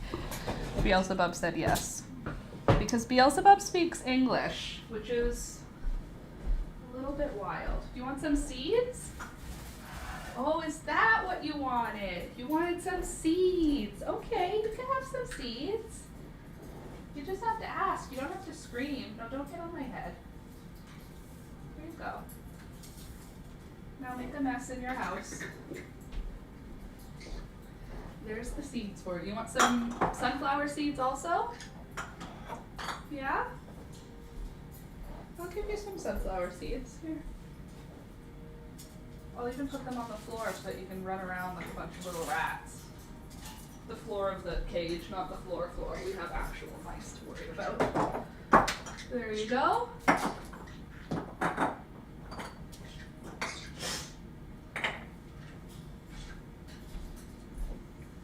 Did that make you happy? How about you? Are you happy now? Can I give you a kiss? Kiss. Thank you. Kiss. Thank you. Good birds. The life. Oh, to have parrots. A joy and a curse. Same, Melanie. It's already the bane of my existence. Laundry? Yeah, absolutely. Okay, is this shrinking well? Did we get some shrinkage? And do we need more? Maybe we need more shrinkage. I feel like we could get a little more shrinking on here. So we do have a decrease. I just don't think it needs to be a wide sleeve. Like it can have that big puff and then it can get like more narrow. I think we could do one more decrease. So maybe halfway through this, how many rows did I do before the last decrease? So there's 1, 2, 3, 4, 5, 6, 7, 8, 9. So maybe I'll do 10 rounds before I do another decrease. That makes sense. And then it should be small enough, hopefully.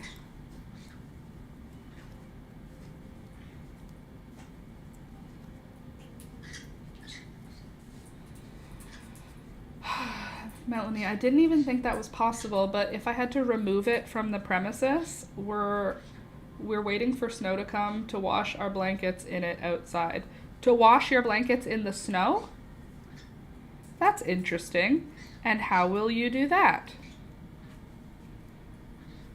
Please explain how you will wash your blankets in the snow outside. Will you just bring your blankets outside and throw them on fresh snow? And then let the blanket absorb water? Please explain. I need more information. Yes, you can do it with wool. It kills the bacteria. Okay, putting it outside in the cold, I understand that. In the cold and in the sunlight. But putting it in the snow, how do you wash it? Are you just putting it out in the cold? Like, you're not in the snow necessarily, but in the cold? Like, what part does the snow play? Or is the snow just keeping the ground away from the fabric? Like, keeping it from getting physically dirty? No, right, in the snow. Ma'am, I need more information. Okay, so there's my decrease. 1, 2, 3, 4, 5, 6, 7, 8, 9, and 10. Is the 10th row... Sometimes it's hard to know what I'm doing, just in life. So, do we want another decrease? I think that we do. I think we do want another decrease. And I think it's time. Or is it time after one more row? Let's do one more, because I can just stitch mark. Don't worry, I'm just thinking out loud. This is row 10. Right? Is this row 10? Okay, we decreased, which means this is our decrease row. Then we have 1, 2, 3, 4, 5, 6, 7, 8, 9. Or do we count it like... Man, I don't know. I'm not a doctor. I'm also not a professional knitter. I'm barely even a knitter, let alone a professional knitter. It's gonna be fine though. This is gonna be great. We're gonna see it and we're gonna be like, wow, what high quality craftsmanship. All I have to do is keep stitch marking my spots, and then it doesn't matter what I decide to do because there will be markings that will help me know when I've gotten to where I need to go. Right? Right. Thank you. Thank you.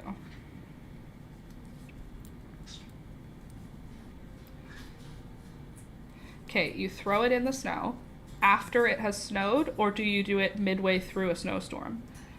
I sent a link explaining it better in Discord. Okay, cool. Discord is the coolest place, especially our private Discord. Oh, you want to know more about our private Discord? Well, let me tell you.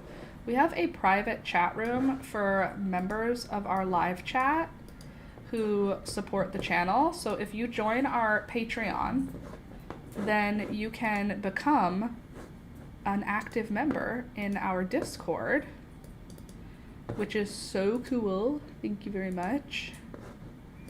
And then you can post links like Melanie just did, and then we can click on those links and see why washing wool in snow is a good choice. We've been wearing wool since 10,000 BCE. We've only had mechanized clothes washing since the 1850s, which means that we've had quite a lot of experience cleaning our wool without a washing machine. People didn't wash their clothes nearly as often as we do now. The majority of today's clothing contains synthetic fibers that require frequent washing. The very composition of those fibers mean they trap odor and dirt and dust in ways that wool doesn't. Send in the snow. In northern countries, a common technique for cleaning wool relied on a material that was abundantly available during the same cold months in which wool is being worn: snow. The snow washing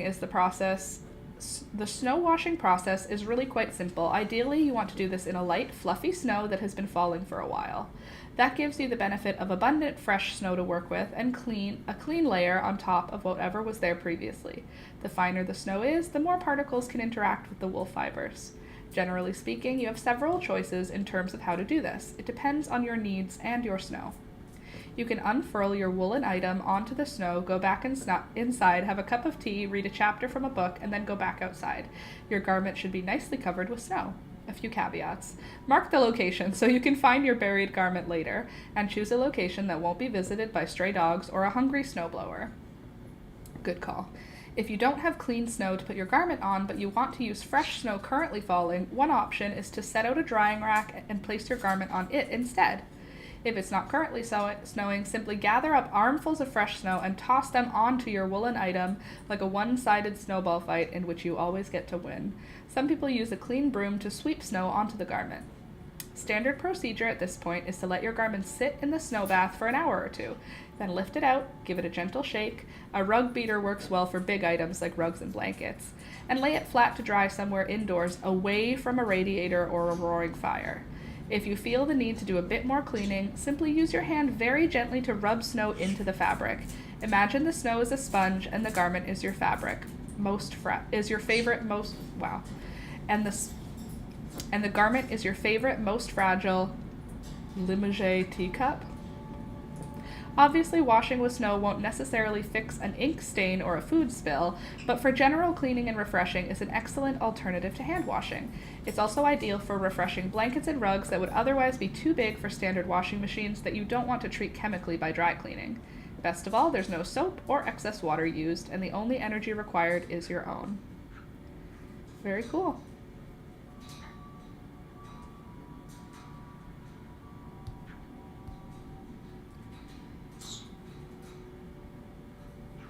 Interesting. The things we learn in the internet. Okay, I have to mute my mic because I need to snort. Unmuted. All is well. Thank you for the information, Melanie. Very cool. Very, very cool. Now, the question is that something I'll be doing this winter? I want you to be able to see Rohan. Maybe if I move like this, and I move this over here, and then you can see everybody. You can see the dog and the cat and me knitting. Perfect. Everybody wins. And I'll just move my camera over to where my knitting is taking place. And when I finish this round, we're going to do another decrease. Excuse me. The wool rugs, the oval ones, I literally just Googled it about 3 weeks ago. I purchased these beautiful rugs at Goodwill. I can't wait for the snow. That's awesome. You have round wool rugs. Did you post a picture? I want to see.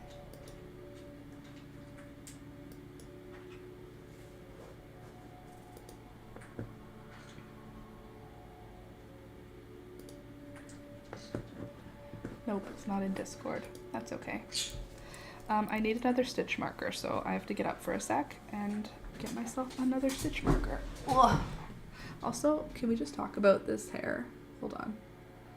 Look at these frickin' pale pink roots. Proud. It's a super cool thing. I only learned about it recently. Very cool, Melanie. It is a cool thing. I've heard of putting your blankets outside, like in the cold, like people in the Arctic refreshing their blankets that way. Where are my other stitch markers?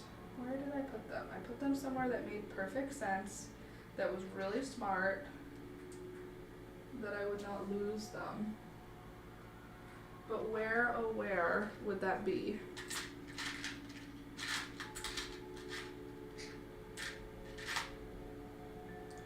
Because it ain't here. I have a stitch marker, this will be fine. I have crochet ones for this purpose.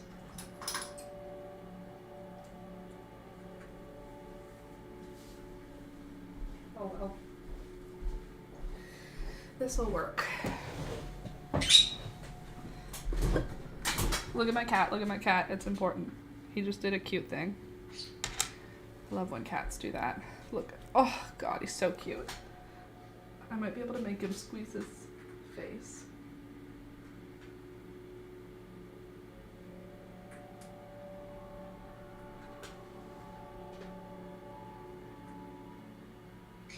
Oh God, he's so cute. He's doing like this. Very cute. Oh.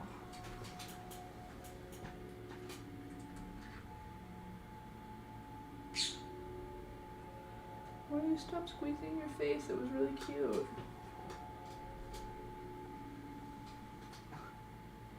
Just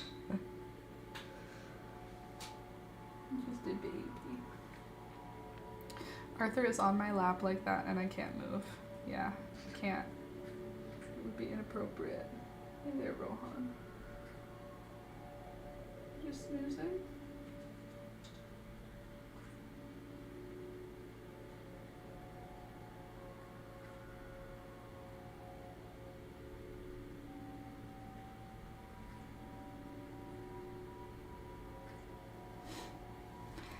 Time to lick tail.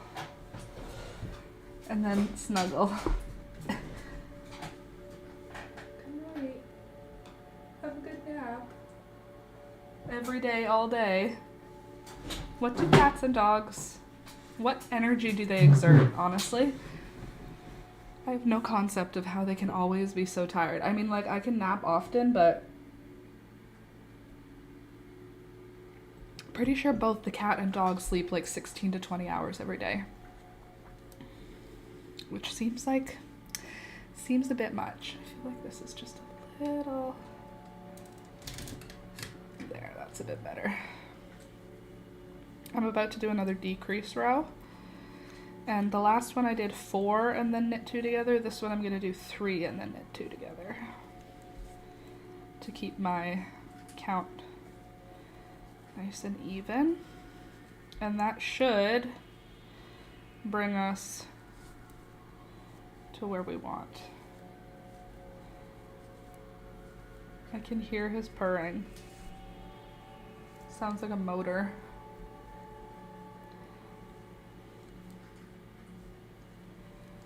Yesterday, Thunder was on my lap for like most of the afternoon, and every time I moved, he would lift his head up and look at me like, why are you doing this?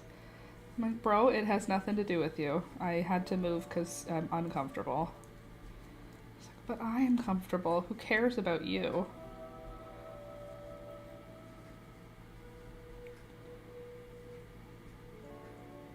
Okay. So now I'm going to do knit 3, then knit 2 together. Hopefully this does not shrink it too much. 1, 2, 3. Knit 2 together. 1, 2, 3. Knit 2 together. And now I'm going to mark the row so that I can repeat it later on.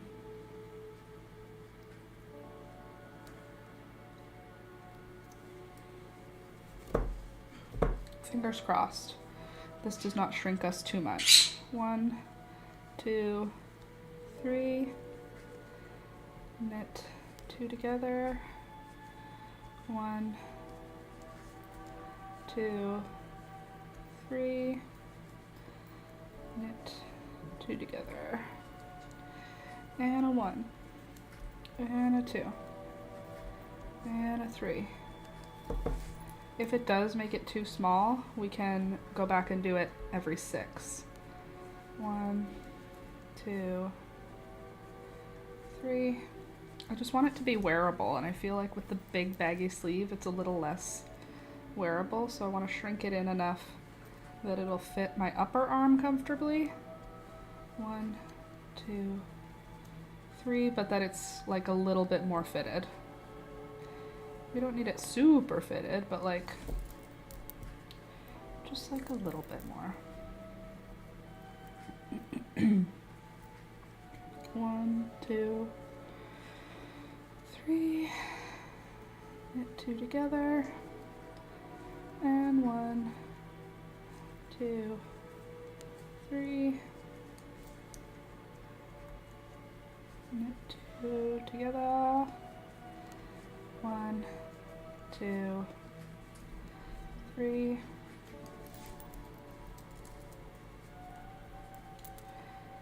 And knit, 2 together. 1, 2, 3. Knit 2 together. If you haven't clicked the thumbs up button today on today's stream, take a second and do that, please. It helps the channel grow, and you're already here, so click the thumbs up button. 1, 2, 3, and now knit 2 together, because I'm knitting a whole sweater while we hang out. So I think that's worth a like. 1, 2, 3. Also, look at how many animals I have around. That's cool, right? Worth a like, I think. Knit 2 together. And then 1, 2, 3. And we finished the round beautifully. Love when that works out for me. With knit 2 together. Beautiful. And now I'm just going to knit around a few more times until I hit 10 rows of the pink and purple with the black, and then we'll switch into black again, and then bada bing bada boom, it'll be time to just work up straight until we hit the armpit. I think we'll have enough yarn. I hope we'll have enough yarn to finish. I am still concerned that we will not, but we'll deal with that when we get to it. I do feel confident that this is a better sleeve width.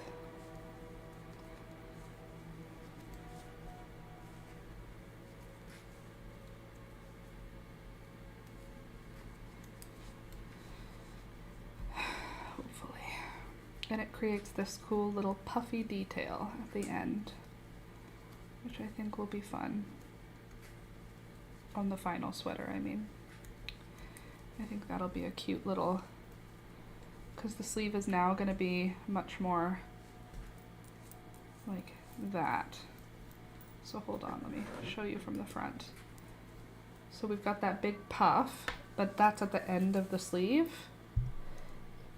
And now it's kind of tightened back to like regular sleeve width, and then it'll stay regular sleeve width all the way up to the armpit, and that'll create this cute little detail. Look how cute it is. So puffy, such stripes. Love that. Very good, very cool, very exciting. Hopefully it continues to be cool and it fits. Hopefully it fits. That's what we want. Because did we do a gauge swatch? No. Are we using a pattern? No. We're making this up as we go with no gauge swatch and no pattern. So that was a decision and a half, but you know, it's a decision I made and now I have to live with it. which is why we're switching up the design of the sleeve on the go here, because it ended up being a little too puffy. So we're reducing it to get rid of some of the puff without having to frog anything, because that's the other thing. I'm not a big fan of frogging my work. I would rather just move forward and come up with a solution. It doesn't matter, it's in the past. I'm all about the present and the future. I like to think about our future prospects. We don't have to worry about what has already occurred. You know? Just make it work. And that's what I'm doing. And so far, I think I'm doing okay. How many rows do I have of this pink now? I have 1, 2, 3, 4, 5. I'm on row 5. I need to do 10 before I do a color change.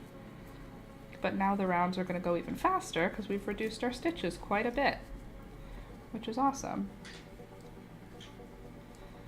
We love getting fewer stitches to worry about.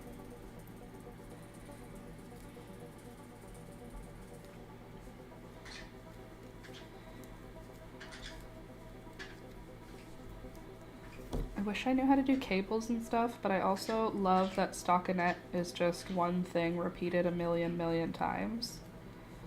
Like I don't have to think to do stockinette stitch, it's just over and over. Yarn over, yarn over. Easy peasy.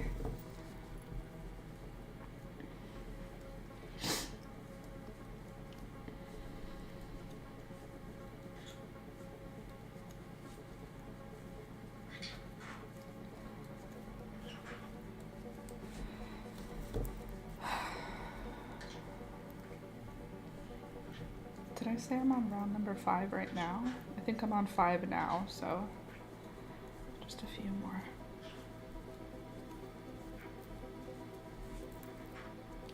You guys got any cool plans for this weekend? I have a baby shower. I'm trying to decide if I want to wrap my baby shower gifts in like wrapping or if I want to put them in a bag. I feel like they should just go in a bag because she's going to be opening a whole bunch of presents. But the paper that I have for a baby shower is really cute, which makes me want to wrap it like a gift. What's your perspective on it?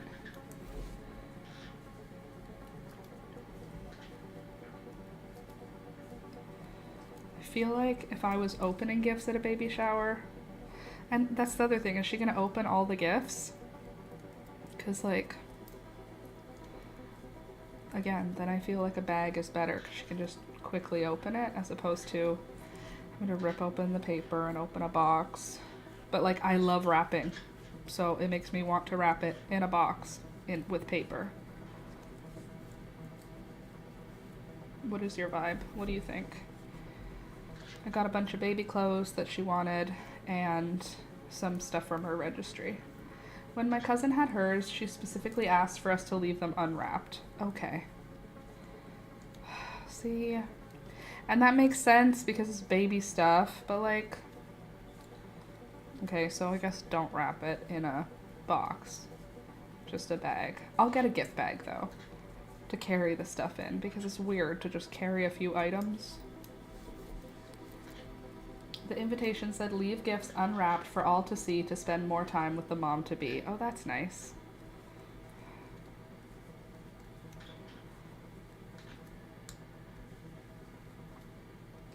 So she even made it cute. If you make it rhyme, it's not weird. Half and half. You say half and half, wrap some of it?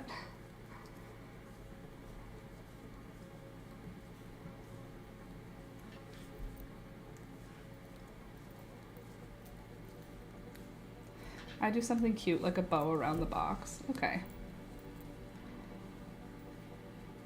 They're not in boxes, though, because it's like Amazon thing. She had a registry on Amazon and Babies R Us, and I just bought a few things off the Amazon registry, but they didn't come in anything cute. They just came in, like, plastic. So I want to put them in something, and then I want to take them out of the plastic, because the plastic's ugly like Amazon packaging. Ooh, a basket's a great idea. That's a great idea. That's what I'm doing. I have so many baskets, and they're all cute, and I am happy to get rid of one to put her gifts in. It's going in a basket. Sold, done, basket extraordinaire. Too bad I can't use the baby shower paper. That's probably why it still exists, because it's from like the 70s and it's so cute. It's probably from the 90s, but still, it's cute.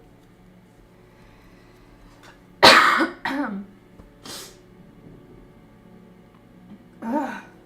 Yuck. I love a good gift hamper. Totally. I could pick up a little bit of chocolate to add to it just for her. I might not be getting it for her in my head. I might be thinking I like getting chocolate. But, you know, who doesn't like chocolate?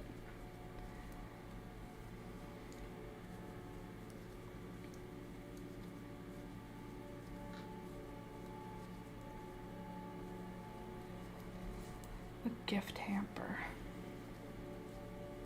They're still so small and so freaking cute now. They look so alive. For a newborn, they look so alive because they've been alive for 4 months. But they're newborn sized, so they're like a 4-month-old newborn. Hey baby, would you mind going to the car and getting out the stuff I got in the back seat, in the trunk? It's baby clothes. You got stuff? Yeah, for the baby shower. Okay. I want to show them how cute it is. Arthur is gone. He clawed the heck out of me on his way down after holding me hostage for half an hour. Of course he did. Because there's no rules when you're a cat. Literally no rules at all. Cats can behave however they want, and we go, oh, that's just what cats do. If a dog did the same thing, they would get yelled at. If a dog bit the way a cat bites when they play, they get yelled at. If you go to your friend's house and their cat attacks you, they go, oh, sorry, he's mean. If you go to your friend's house and their dog attacks you, the dog gets put down. Cats don't have the same rules. Cat rules are just a different set.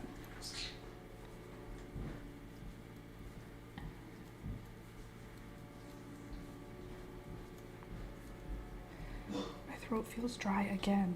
How can I still be sick?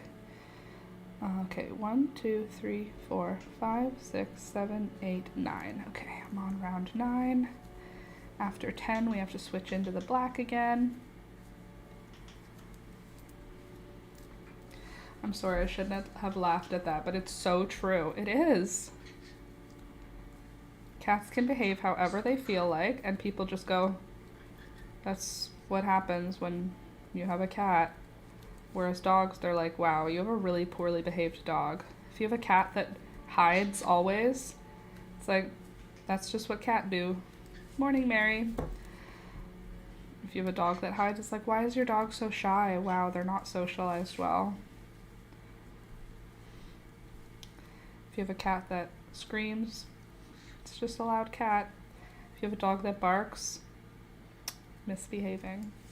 Why is your dog so poorly behaved? I'm telling you. Cats get away with murder.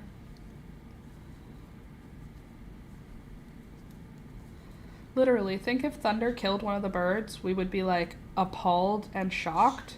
If the cat killed one of the birds, it would be like, cats kill birds. I mean, our birds are parrots, so like they'll hurt the cat before he could hurt them.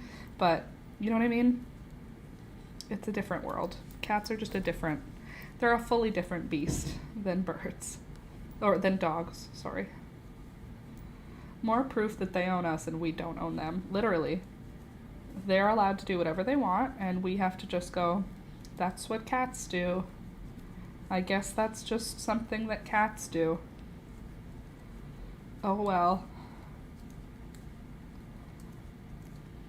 Oh, your cat did something that cats do, and you were surprised? Well, that's on you, because that's what cats do.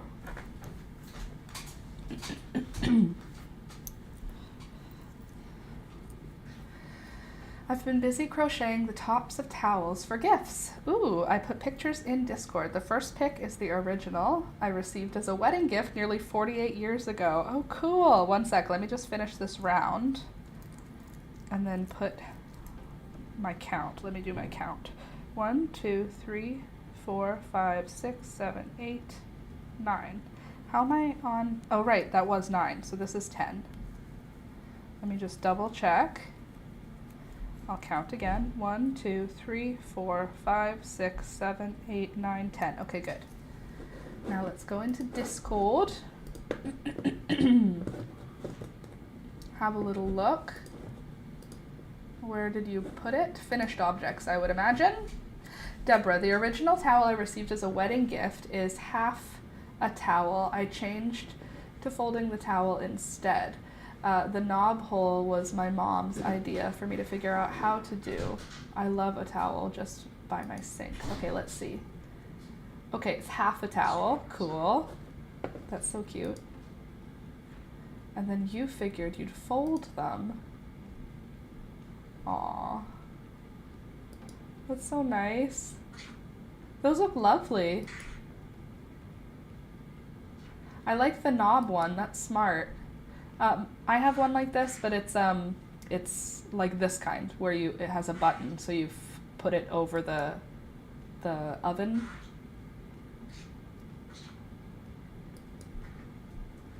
Which one is this one? The one that was from your wedding? Not this one, right? Because that's Bernat Handicrafter cotton. That wouldn't be from way back when. This looks more way back when.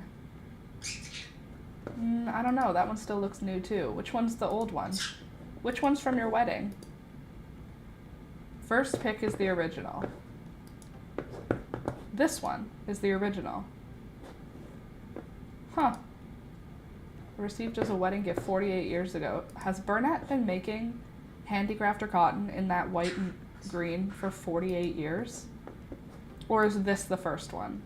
Because it's the farthest away. Can you tell me, Deborah? I need to understand. They're beautiful though. I love the buttons.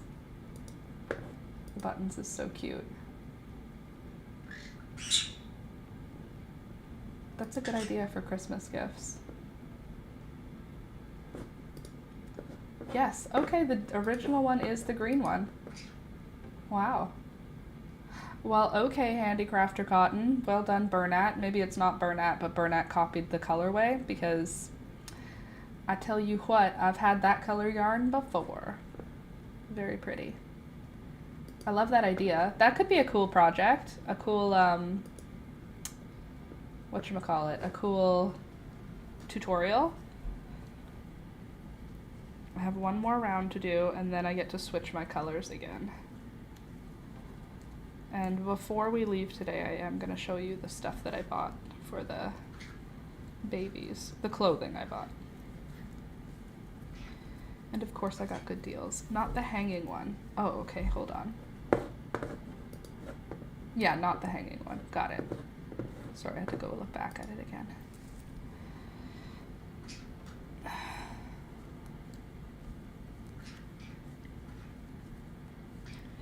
My throat feels scratchy, and I have just been feeling better, and now my throat feels scratchy again. Better freaking not be getting sick again. I won't allow it. I reject illness.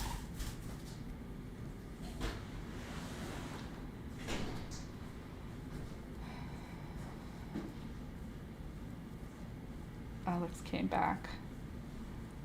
You know what that means. Time to look at baby clothes.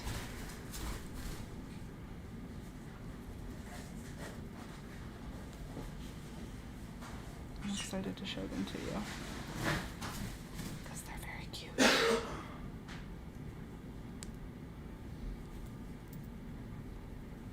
In a minute, as soon as he gets back.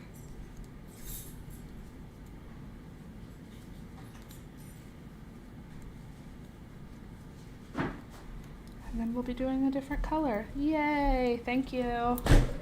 You ready? Because these are the cutest things. My sister helped me pick them out.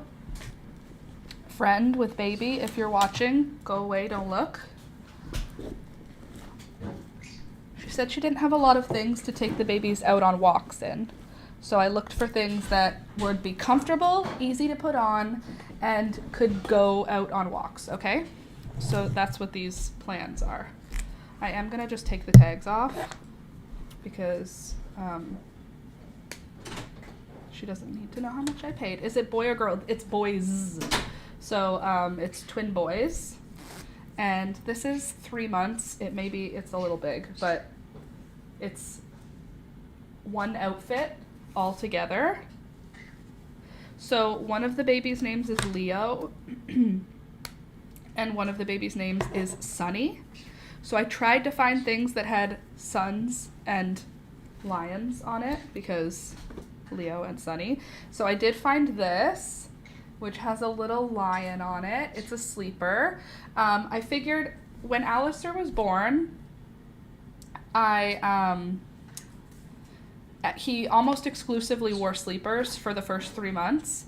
And then if he was going outside, he would wear like a onesie, a big onesie on top. But he almost exclusively wore cozy sleepers for the first 3 months. He was just a baby wearing these things. So little lion for Leo. And then I got for Sunny, there wasn't a lot of suns in boy clothes. There was suns on girl clothes. And these are queer parents. They're not going to care, girl or boy, regardless. But I still wanted to have gendered clothing because I'm broken. But I found this one that has sunshine on it. So this one's for Sunny. Little onesie. What I did was I made sure I had 2 of everything. None of it matches because they're twins, but they're not going to make them the same person. So I did none of it matches. This one's newborn also. So, but they're the same thing. You know what I mean? Like they're both fleece with footsies. So that's 2 of those. And then I got 2 of these things that are with pockets and a zipper, with pockets and a zipper. So that there's 2 of everything is my plan, or my goal here. That was my plan. And here is another really cute little onesie outfit with a zipper. It's got little baby bears on it because they're both little baby bears. So there's stripes for one, baby bears for the other. And then I found 2 sleepers that are not fleece. This one I just thought was really cute. This is newborn, so I hope it'll fit because they're small. But this one has sea creatures on it. Look how cute. Turtles and sharks and whales. Sea creatures. So that's the one in not fleece. And then the other one in not fleece has fruit. So, and this is also newborn, which is perfect. And the fruit one has pineapples and watermelons and grapes. Very cute. So 2 of them. And then I found another one that's covered in lions. So I bought it because due to reasons. His name is Leo, so he's going to have a lot of lion stuff, okay? It's just going to happen. This is a sleeper, and it has lions all over it, and it's newborn, which is perfect. Little lions on the feet, because babies can't choose anything, so we get to dress them like little toys. Very cute.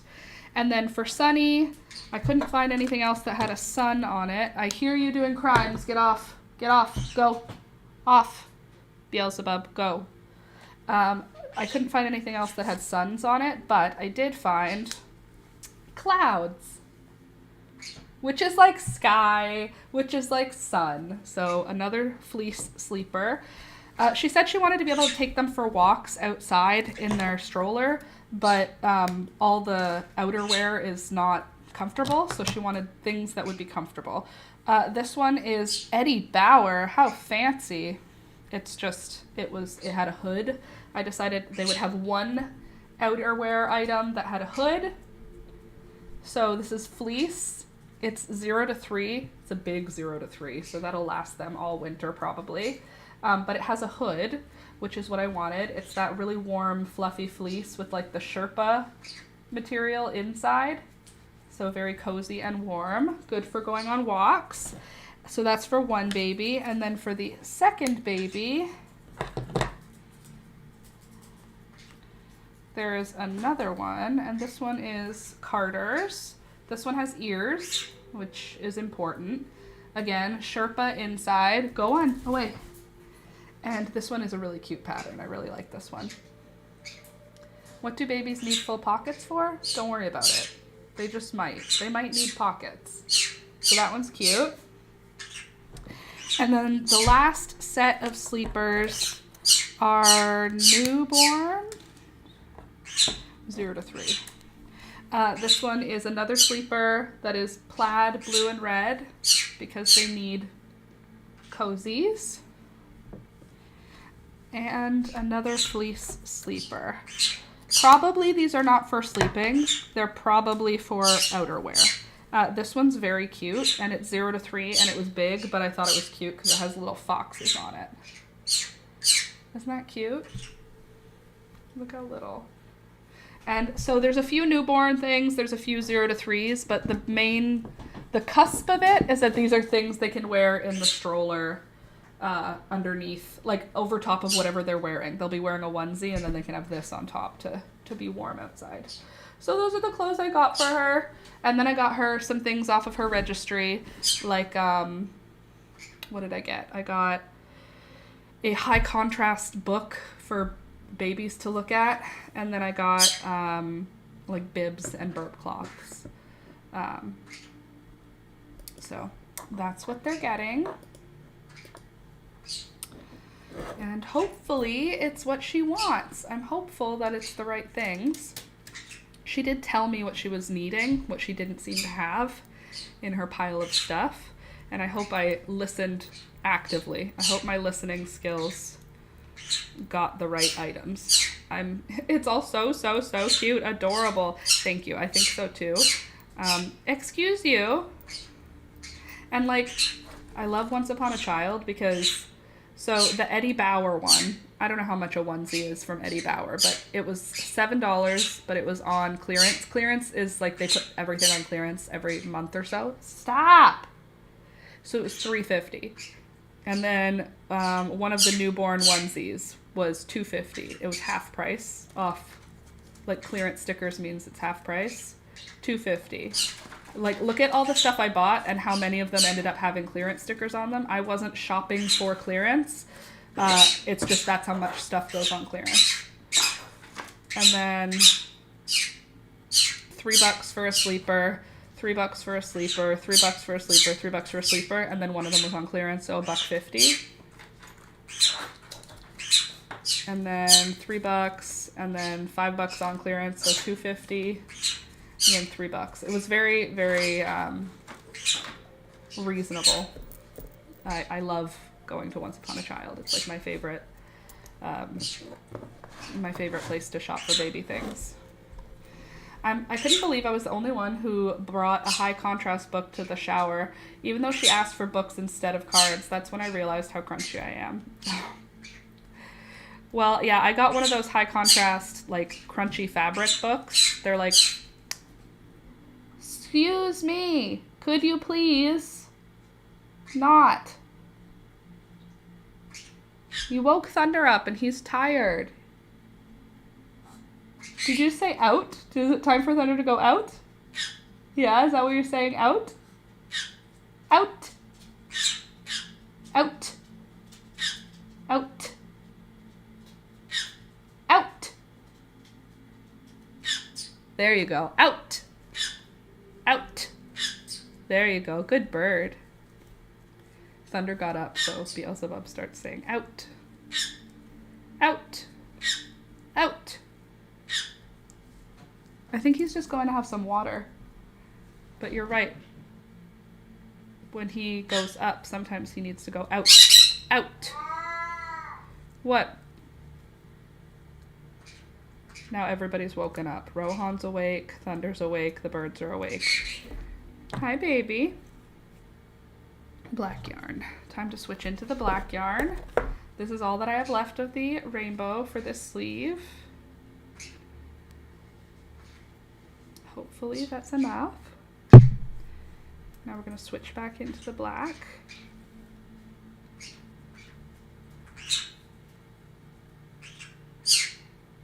Oh yeah? Hey baby. Never mind. He was just having a drink. Thunder's back now. Achoo! Bless you. I'm doing my round of black stripe now. The sleeve grows so fast. Love that for me. We could probably get this done eventually. Soon. Sooner rather than later. Yeah, so anyway, that's the plan. And I think it's going to be a really nice little shower. It's at a really cool location. I'll try and take some pictures when I'm there. Like it's like a historical location. It feels like you want to say a historical location, but I think it's an historical. I learned about high contrast books from you when you went to Allie's shower and told us it seemed like they were MCR themed. Yeah, because they're red, white, and black. But apparently, newborns and small babies have poor eyesight, and the first things they can see are black, white, and red.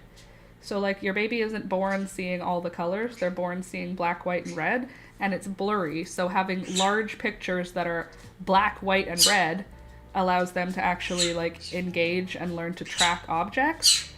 So the one I got has like ladybugs and bullseyes and circles and squares and just basic stuff for babies to stare at. It seems ridiculous, but when you do tummy time with an infant, they stare at it. They like stare at it. They really are captivated by the high contrast.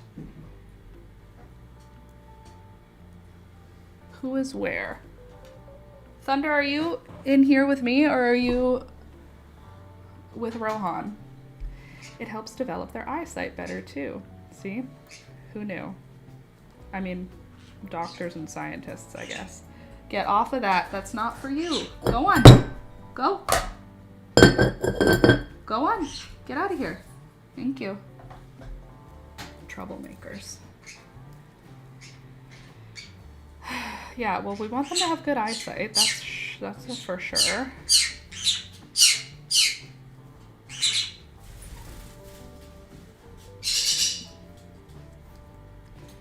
My birds are... Everybody woke up all at the same time. And now everybody's just wandering around my house. I'm not surprised, but it's always weird when they all wake up at the same time. They're like, okay, time for the afternoon. Now entertain us, woman. I am not entertained. I need more entertainment.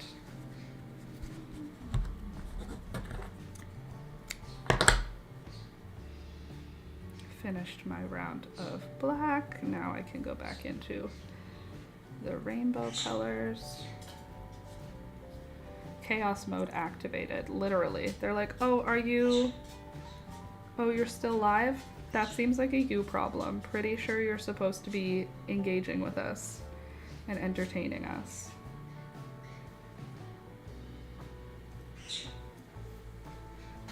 Pretty sure as soon as it hits 12 o'clock, it's our turn to be entertained. You've entertained the masses. Now entertain the birds. I have to do more playing with them, like training playing, where I make them do stuff. Because I just play with them and give them treats, but like I want to like make them learn things. Did I say bye to you, Deborah? Bye, Deborah. Have a good rest of your day. Hubby's coming in for lunch, so I have to run. Sounds good. Also, don't forget to click the thumbs up button. If you have not yet clicked the thumbs up button, friends, click the thumbs up button before you go. It helps the channel grow, and I really appreciate it. Also, I'm knitting a sweater. Hey! Gary. Beelzebub.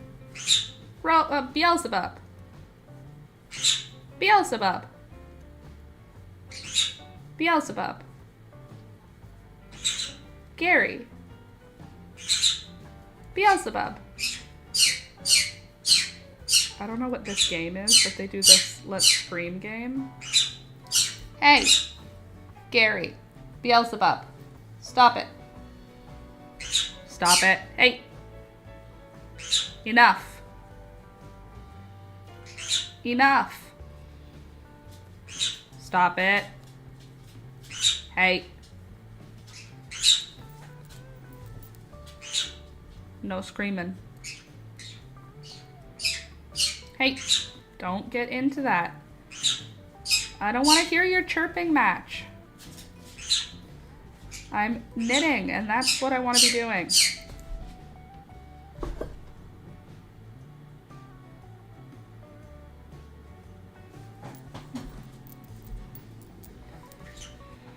Chaos mode is activated. If I look at them real stern, they stop.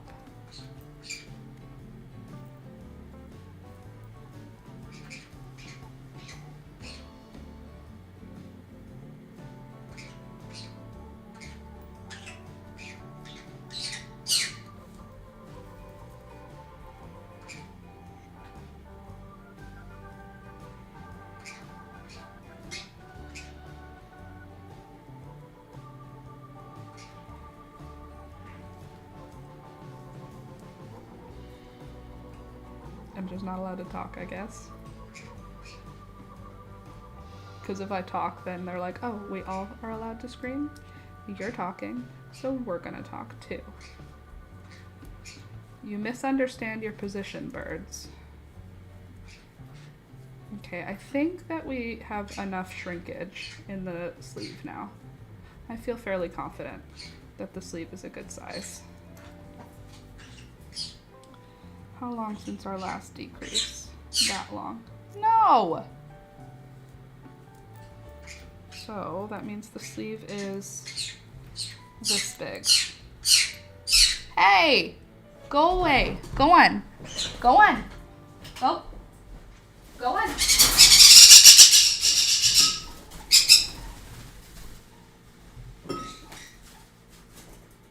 Sometimes you just need to scream and fly. And that's just what it is to be a parrot.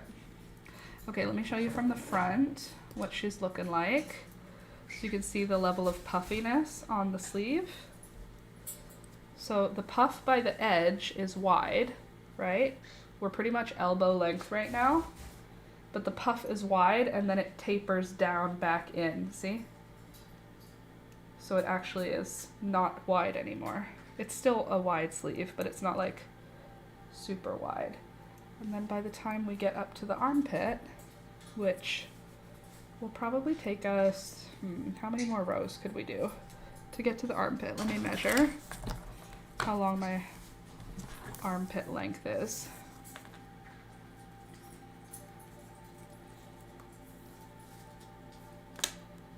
About 21 inches. And right now we are at about 12 inches. So 9 inches more. I think that we're gonna have enough yarn. How many times am I gonna say that?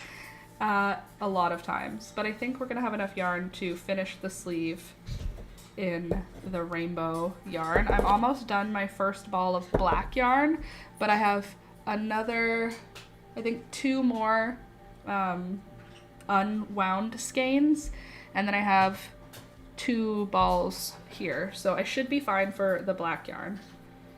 But I think now it's just knitting in the round. I don't think we're gonna do any more decreases or increases for the sleeve, so I think we're just knitting in the round.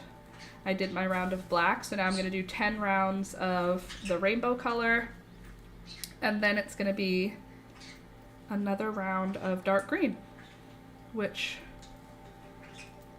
is awesome. I'm very pleased with the way this is going. I think we're gonna be just fine in terms of having enough yarn for the sleeves anyway. I don't know if we'll have enough yarn to do the upper chest connection area, but that's what we'll have to deal with when we get there.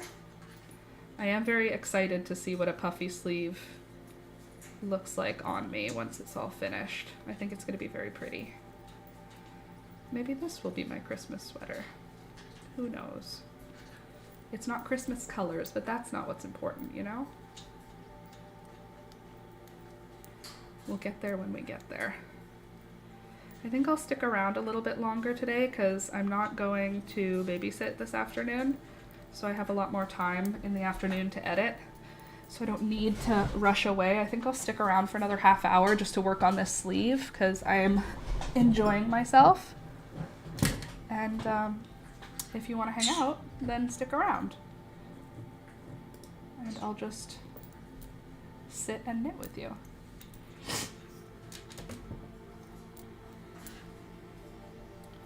Because I think I could get to the next color change and probably even do the next one. Fucking heck, not again. Not again what? Did the cat jump on you and then jump off you? And then scratch you a whole bunch? What's the heck? What happened?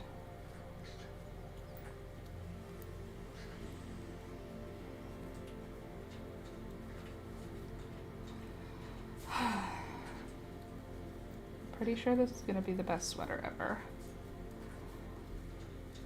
I'm hopeful it will be. I'm super excited to see it when it's done. And knowing that we're like halfway done one sleeve, all I have to do is the second sleeve and then bada bing. I hid Mary, but when I unhide them, it deletes all their previous messages. Oh God. Well done. Well, Mary, you're no longer hidden again. You just have to retype if I missed something you said. I'm kind of bummed that I have to do my grocery shopping on Sunday because I guess a baby shower isn't all day. What time is the baby shower? Well, let me look.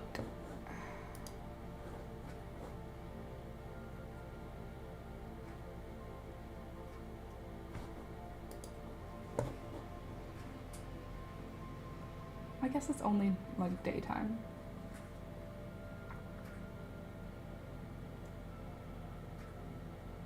Cool. I think that's all you may have missed. Oh, Mary, adorable. Very good. I can feel just phlegm. I can just feel it in my sinuses, in the back of my throat, and in my chest. I can just feel it there. Every time I swallow, it's so gross. I'm over it. I don't want to be sick anymore. I just want to like clear the heck out of my sinuses. I think I might get a neti pot like today. Michelle, again. Not again, Michelle. Still. That's what I'm saying. I'm still sick. I have a tickle in my throat again, but I haven't gotten better. Yeah? I thought you laughed at me. Yeah, that's what I'm saying. I'm still sick. I haven't gotten all the way better yet. I'm better-ish. But yeah, I'm not all the way better. I've been convinced by people who I trust that I can no longer be contagious. There's just no way that I could still be contagious after this long. However, I have not yet fully healed from the illness I am dealing with. We started sickness in November, at the beginning of November, and now it has been, for me, 3.5 weeks. For Alex, it's been 4 weeks of just getting better. We had 2 weeks of actual sickness, one where we were like, we're getting better, and this week where we're like, how is it still not all the way gone? So I don't know how long you're supposed to wait until you go like, could this be something worse than a cold? What else could this be? How long do you wait until you go to the doctor when you're in your 30s? Because like my brain says this is not doctor material, but every time I've told anyone in my family that it's been this long, they're like, you should go to the doctor. You might need antibiotics or something. But I'm like, but it's not, you don't get antibiotics for a cold.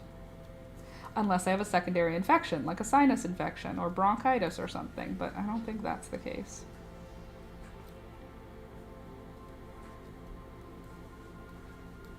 You know?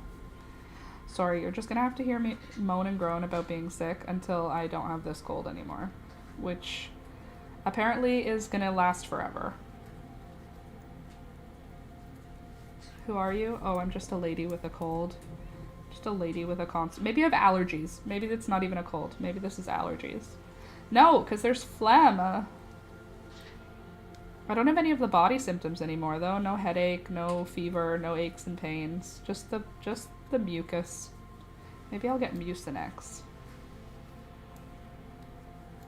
Or I'll look for another expectorant in my witchy book of botanicals. Pretty sure I have something that will tell me. All of my mineral books are here. Oh, folk remedy. It'll be in there. The folk remedy encyclopedia.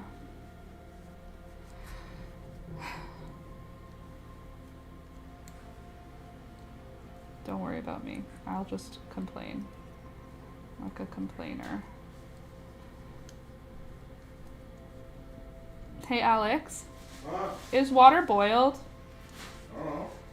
Were you boiling water? A little while ago. Could you turn it back on? And if you're still there for a little bit, could you make me a ginger peach tea? Oh, but you want to think about it. No. Go on, check. That could still be allergies. Okay. Because the allergy season has been longer this year because of the warmer weather.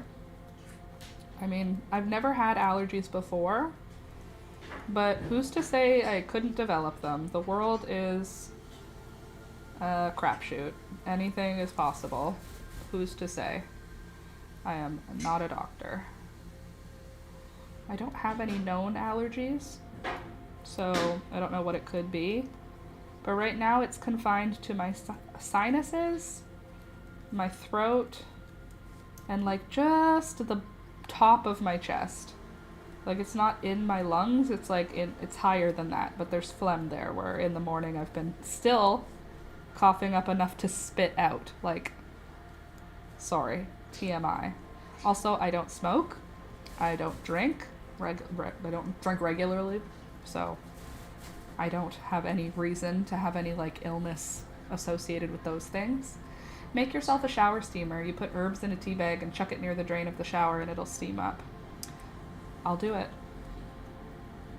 I have herbs. I have many herbs. I will use all the herbs. I actually do have like a lot of herbs, so I can use quite a few herbs. How many rounds have we done here? 1, 2, 3, 4, 5. I'm already on round 5 of 10 before we switch colors again. Add mint. You got it. I've got a lot of mint, so I can definitely add mint.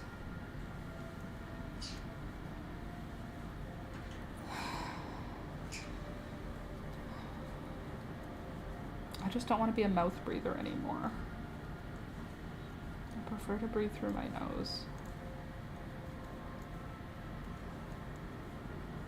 I have found drool on my pillow for the last several nights, so that makes me aware that I have been sleeping with my mouth open because I can't breathe.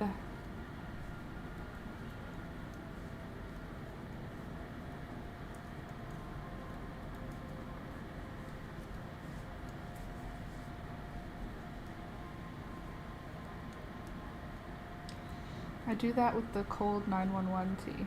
Okay, I'll try it. I have lemon ginger tea, that might work. I've also been having lemon ginger tea and peach ginger tea, just ginger, straight ginger tea. I don't love ginger tea, so adding lemon and mint is helpful. And I've been adding honey to my tea and coffee. So I found out my dad's allergic to honey, which is so weird. He's allergic to bees. I already knew that. None of us are allergic to bees, and he only has developed the allergy later in life. Weird. But I was saying, what do you want for stocking stuffers for Christmas? And he was like, oh, I need new chapstick. And I was like, perfect. He said, don't get me anything that is like the Burt's Bees, the beeswax, the honey stuff. And I was like, oh, you don't like how it sticks because of the way it melts? I understand. And he was like, no, my lips swell a lot when I use Burt's Bees. And I was like, why? That's so weird. And he was like, the beeswax or the honey, I guess. And I was like, I'd have no idea how that makes sense. He's allergic to bee stings, but that he's also allergic to honey. Isn't that weird? Or beeswax, whichever one is in. I guess it's beeswax in Burt's Bees. Isn't that weird? That it creates the same allergic reaction for him? I really hope that never happens to me. Because I love honey. And I like bees, and I don't want to be scared of them. Like, I'm skeptical of them because I don't want to be stung. But, like, I'm not scared of being stung.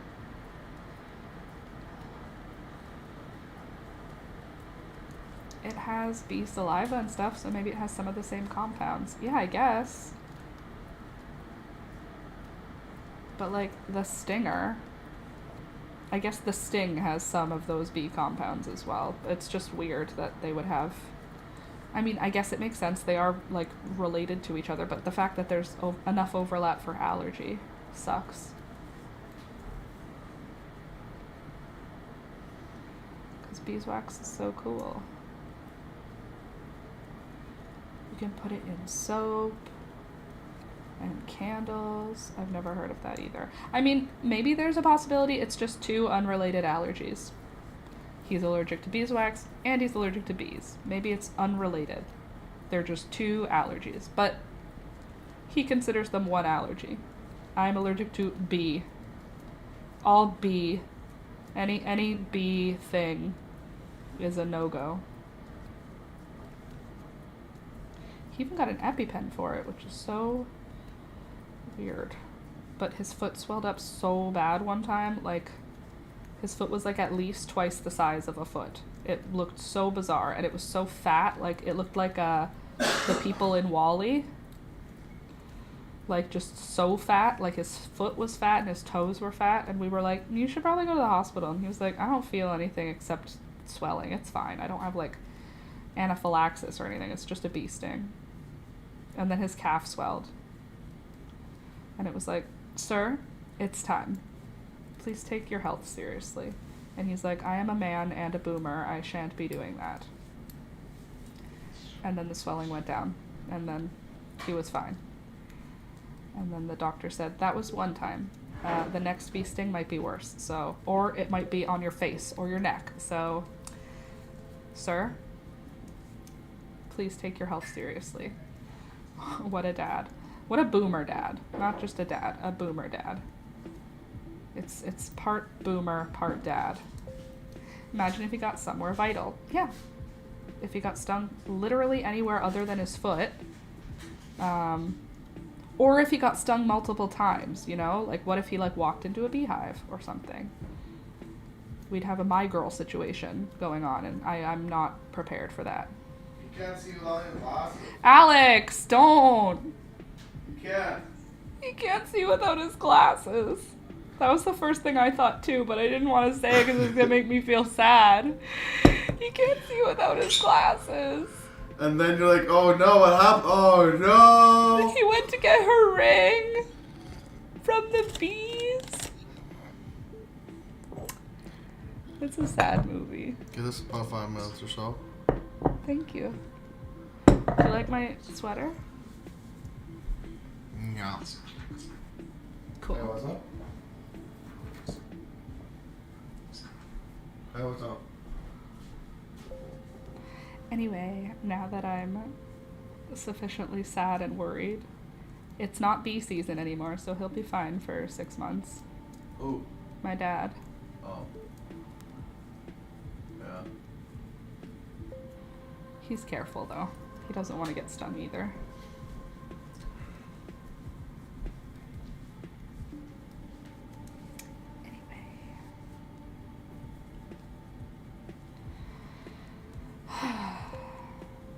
My girl, my girl, my girl, talking about my girl.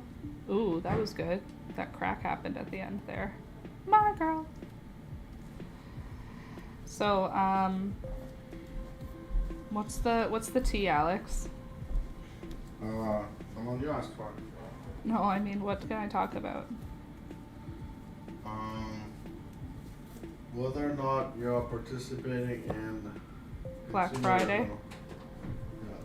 Yeah. Of course. Share some good deals. Oh, that's good to know. He eats nuts regularly and has no reaction. So I'm gonna guess he does not have a nut allergy, because he eats peanut butter, pretzels, he eats cashews and mixed nuts. He eats all the baked goods that my mom makes, which contain tons of almonds and walnuts and pecans and all those things. So he has no nut allergy that is known. He also eats stone fruit like peaches and plums and nectarines, which can be, if you're allergic to nuts, you can be allergic to those fruits. So he doesn't have any nut allergies, but he wasn't tested. He just had images of what happened when he, I don't even think, I mean, I don't go to the doctor with him, so I don't know, but I don't even think he went to an allergist. I think that the family doctor was like, that's an obvious allergy, and got him a EpiPen. So I don't know if he's done an allergy test, but I'm also not in his doctor world. So he may well have had an allergy test and it just didn't come up because it's none of my business. But we know bees. Bees are on it. I'm glad he has an EpiPen. Me too. I'm very glad he has one, because if he got stung anywhere else, he would want to have an EpiPen. If he gets stung on the foot, he might not need it. He might just need to take a Benadryl and take a nap. But, you know, we don't need the risk. Let's see, what do we have here? We have 1, 2, 3, 4, 5, 6, 7, 8, 9. Already on round number 9. And then the next round. And then after that, we get to do another round of dark green. Good stuff, yes. Yes, indeed.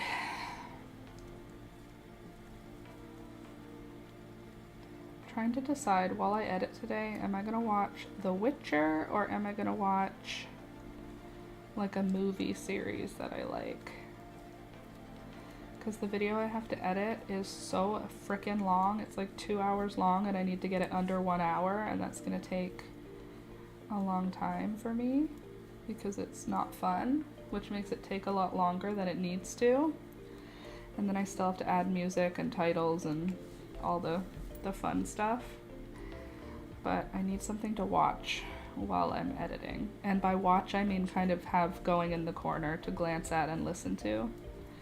It's not full attention. Nothing that requires my full attention. I was thinking of watching Joseph and the Amazing Technicolor Dreamcoat again. And then I was also thinking The Prince of Egypt. Those were the two that I kind of had on my thought list. And then I have another thing I want to watch soon, and that's Rent and Across the Universe, but I feel like those ones I want to watch. I don't want to just have them playing in the background because I love them so much. I like to be fully engaged. But I think that The Prince of Egypt would be a good option, and I think that Joseph and the Amazing Technicolor Dreamcoat, the Donny Osmond live version, I think that would be a good entertainment for me. I wore my coat with golden lining. Oh god, I love all the music in that play. I think that'll be a good option. Oh my god, commercials. Ugh, sorry. Are there a lot today? I have it on low. Like, you can set it to low, medium, high, and I have it set to low. So there are commercials, but I don't have a lot of them. 1, 2, 3, 4, 5, 6, 7, 8, 9. Okay, one more round. And then we get to do another color change. And it's time for dark green again. Oh, this looks so cute. This sleeve is gonna be perfect.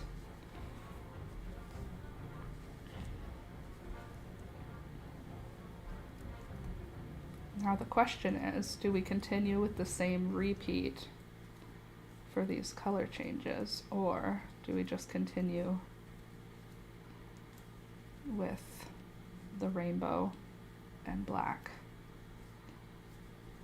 Or do we continue with stripes? So many options, you know?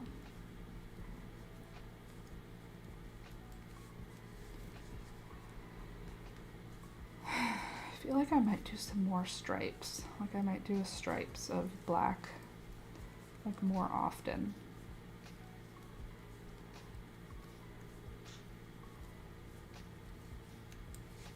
We got pretty far on this sleeve today though. I'm pleased. Feel good about that. I do love how the black stripes look. I feel like they're very like clean. They're just one stripe of black in the sort of rainbow colors.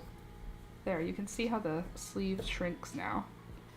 If I pull these a little bit, see that decrease? Nice little puff. Look at it from the front. So we get that puff, and then it decreases to more of like a normal sleeve width. I think that's gonna be cute. I'm excited. Dark greens next? Yes. Do we have enough dark green?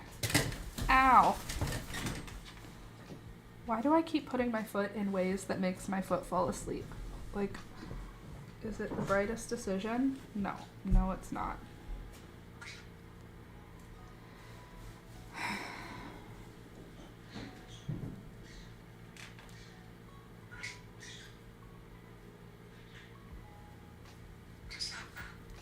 You're so good.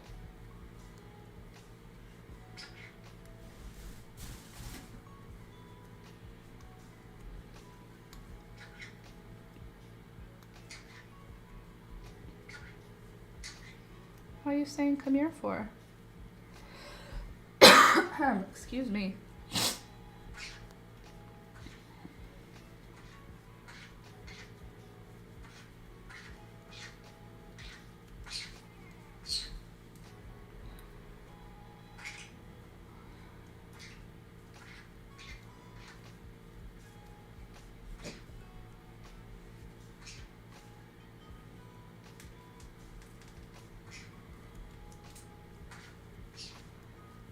Alright, made it back. Row number 10 is now done. Dark green. And I'm going to tie the dark green onto the rainbow.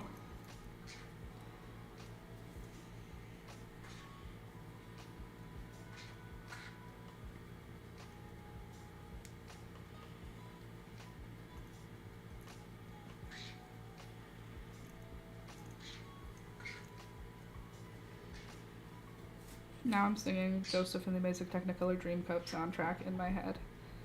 The world and I, we are still waiting. If you've never seen that musical and you grew up in a religious world, it's definitely, it's a keeper. If you never grew up with any religious stuff, then it's probably weird. But if you grew up with Jesus in your life, then let me tell you, that musical is number one. If you did not grow up with Jesus in your life, then you'll probably be like, that's super weird, but it's also still entertaining. I mean, like, if you can watch Jesus Christ Superstar, you can probably watch Joseph and the Amazing Technicolor Dreamcoat, you know what I'm saying? It's a good musical. Very catchy songs. Also great for kids to learn, like if you're in the religious world. When I grew up in a Catholic school, I knew all of Moses's kids' names and all of his wives' names because of that musical. How many How many people can say such a thing?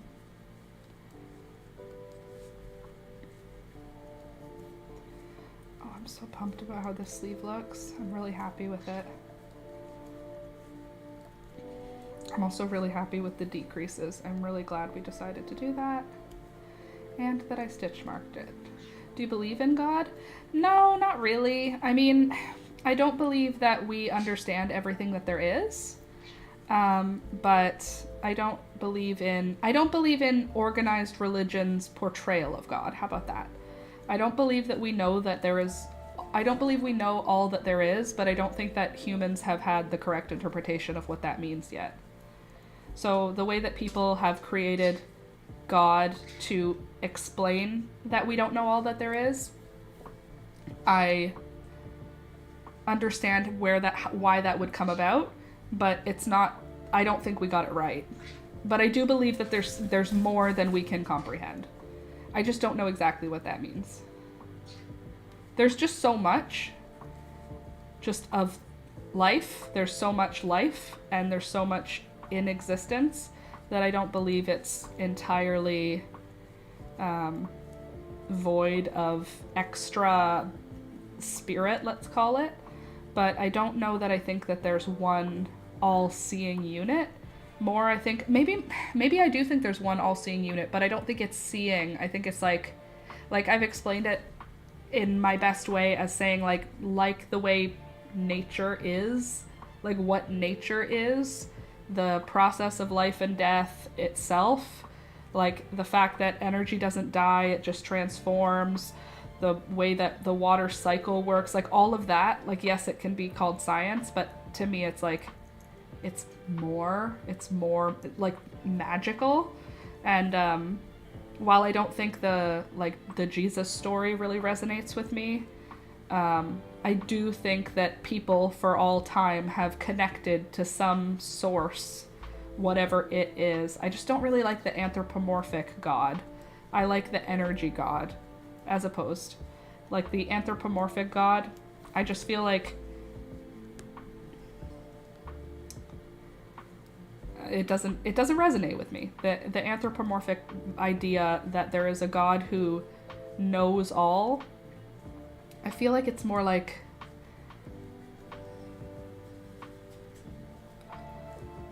if there was a God, it's the physical planet Earth. You know what I mean? Like, and then there's a lot of gods, because every planet that creates sentient life is a god.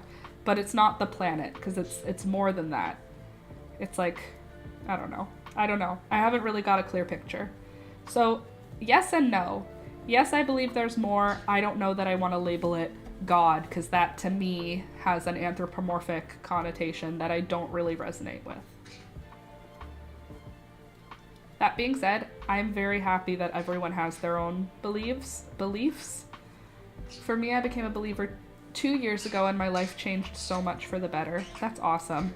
And you know what? I understand that, because having the community that comes with faith, having the resolve that comes with faith, having the safety that comes with faith is so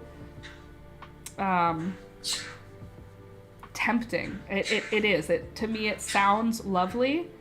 It's just whenever I dig deeper for myself, it doesn't resonate with me that humans could come up with the right answer. The individuality of all humans and the flawed nature of all humans just means that the stories that are written by humans, and I don't trust them to get it right. So, yeah, I love that other people have a faith that they can really rely on, and that makes me happy for them. It's just not where I'm at. Who knows where I'll end up, but it's not where I'm at.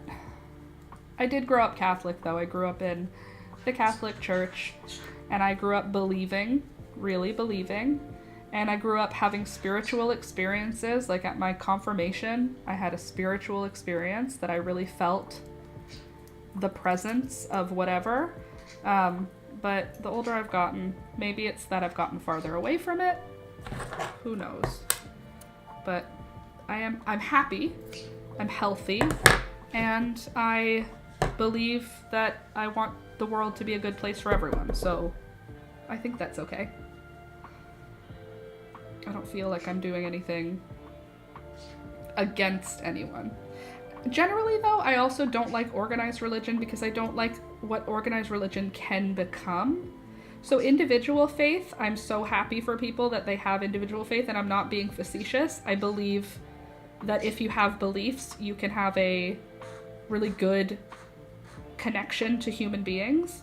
But I also believe that anytime things get into an organized situation, like church and like that, like organized religion, I find that then humanity gets too involved and human flaws get too involved, and then you have corruption and the fact that the Catholic Church is one of the richest institutions is crap to me. It feels like churches should be like nonprofits, you know? Like it shouldn't be a profitable business. It should be a nonprofit that is exclusively there to support communities, you know? So because there are a lot of bad churches, it makes me not like organized religion, because when people get involved, it screws it up. But personal faith, I 100% support personal faith. If you have a personal relationship with your savior, that's like not sarcastic, I'm happy for you. I don't like when men get involved in things. Mary, I'm with you, Laura, thanks. There's a lot of bad churches for sure. Yeah, but even good churches, it's like they're collecting money, and I don't love it. Also, the Catholic faith goes somewhat against what the Bible actually says. I mean, every denomination goes somewhat against what the Bible says. You know what I mean? Some go too far, and then you end up with, like, the LDS, where they just make up a whole separate text that isn't the Bible. And then you have the Catholic Church, which adds saints and puts a lot of emphasis on Mary. And then you have the Protestants, which, like, strip it all back, don't they? Who strips it all back? Is it Protestants, or is it... There's one of the sects that strips it all back and says, we don't care about Mary, we don't care about saints, we only care about Jesus and God. And then there's, like, you know, every church, every denomination focuses their energy in a direction. So, yeah, I don't know. I think once people get involved and organize it too much, then it becomes messy, and I don't like that. If you read the Bible and you find value in it, and you can, without hurting others, find value in that text, I'm all for it. It's when the interpretations of the text start to hurt people that I'm like, no thanks. It's just a text. You don't have to base how you treat other people around something a text written thousands of years ago says. Because a text written thousands of years ago isn't applicable to everything today. So when people are like, it says a man shall not lie with another man, it's like, okay.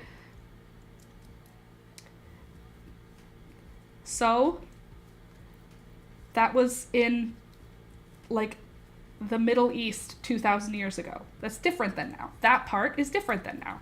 It says you should not criticize someone, don't point out the stick in someone else's eye when you have a log in your own. That makes sense today. You don't need to point out other people's flaws. Look at yourself and better yourself. That makes sense. I love that. Treat those around you how you wish to be treated. Love that. Makes sense. If your daughter is R-worded and she was engaged to someone, you should stone her to death. Let's leave that one behind. We don't need that one. We don't need that one.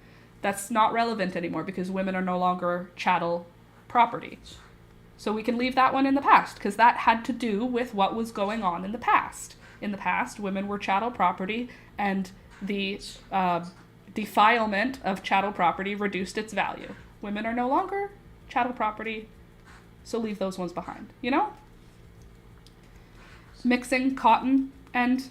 We have rayon. They didn't even have rayon back then. It says it's a sin to literally mix fibers, so we're all going to hell with our poly cotton blends. Right. So those things, that's what I'm saying, is like if the book itself is written in the context of 2,000 years ago, so if you're reading a book that was written 2,000 years ago, take the stuff that's relevant and use it, and leave the stuff that's not relevant behind. the stuff that talks about just the stuff that is not relevant, leave it behind. We don't need to stone anybody anymore. I think it's linen and wool that was not allowed. Oh, okay. Linen and wool. Well, you know what? They need different wash cycles. So maybe it was because those garments ended up falling apart faster because the wash cycle was no good for them. I don't know. I'm not a doctor. But what I do know is that maybe it was linen was grown in an area where the people who were writing that area of the Bible were at war with. So they said, we use wool in our community. So one of the rules is you can't mix linen because linen is bought from someone we're warring with. So if you're buying linen, that means that you're a traitor. So if you're wearing linen, it means you've been a traitor to our community. So then they added that in. That's just a man-made story that has nothing to do with, you know what I mean? Like parts of it have to do with, you have to look at what was going on in the world at the time that was written. If you believe it's divinely inspired, that's up to you.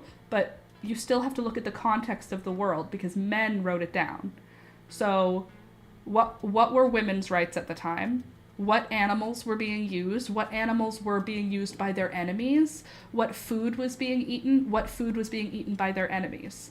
Those are all important bits of information because when you hear you can't eat shellfish, it's like, why? Because these people were landlocked, the people who wrote that. So they would not have access to crab or shellfish. So then if you brought shellfish from the ocean to that landlocked state, it would be poisoned by the time you got it there because it would have spoiled. Or the people who were by the ocean were at war with the people who were landlocked. So the landlocked people said, you can't eat shellfish because our enemies are doing that. And then they said, it's a law, and then it became a religious law. It's not real. It's not to do with God saying God said all animals are under our dominion, which means you can have anything that is an animal, which would include shellfish. It's just the context. The context matters. So the things that work, bring them along with you. I know a lot of the lessons that I learned in Catholic school were useful. A lot of them weren't, and so I left them behind.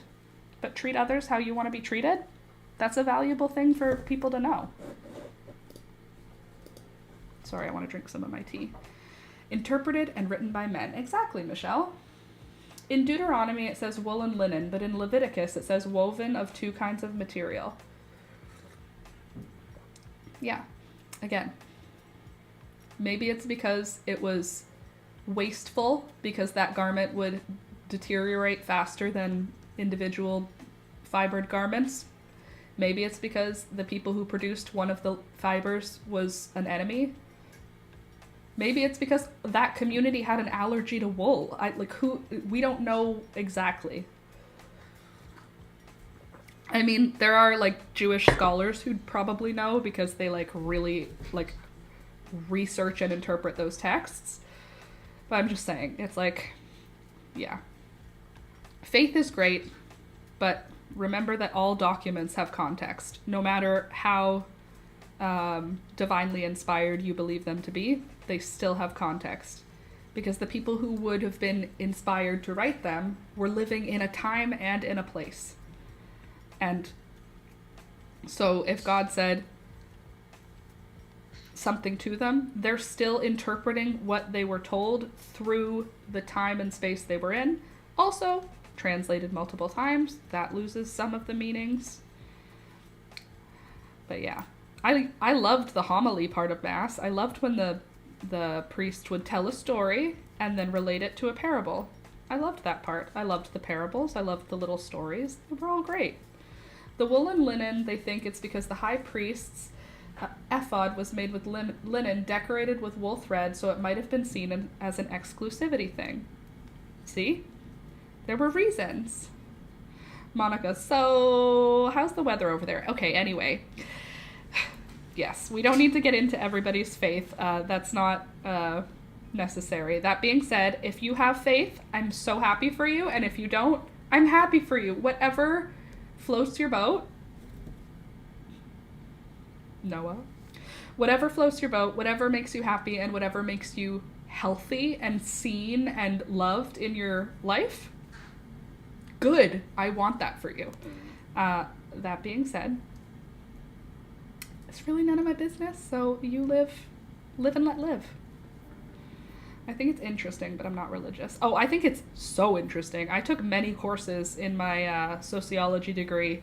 Women in religion, Eastern religions, Western religions, Christian Judeo religions. Oh, I loved my religion classes. I learned so much. This is why I think of the Bible as a text, and I think it's interesting. Okay, anyway, the weather here is cold but not snowy. Sorry, I don't want to get too dramatic with anyone. I don't want anyone to feel like I'm leaving them out or pushing too hard against their beliefs, because I don't care what anyone else believes. I'm just, as long as everyone's safe and happy and healthy, then I don't care. Live your life. If your beliefs are making you unsafe, then I don't like them for you. Same here, Michelle says. Cold, not snowy, also windy. Yes, it's windy here as well. I've heard it hit the windows a few times. Also, look, the cat came back. We love when the cat comes back to hang out with us. How's the sleeve looking now? Let me finish this round anyway.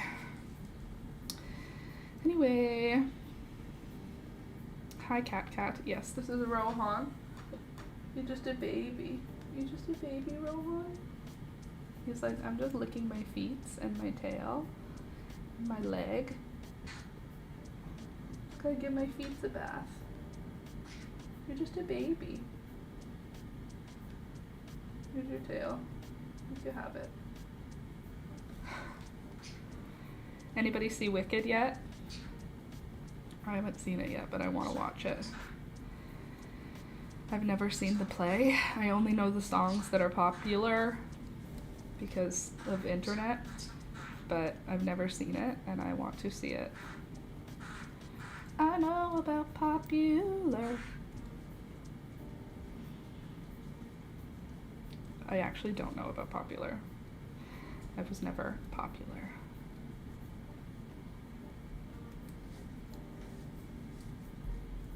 He is a cutie though, isn't he? Alright.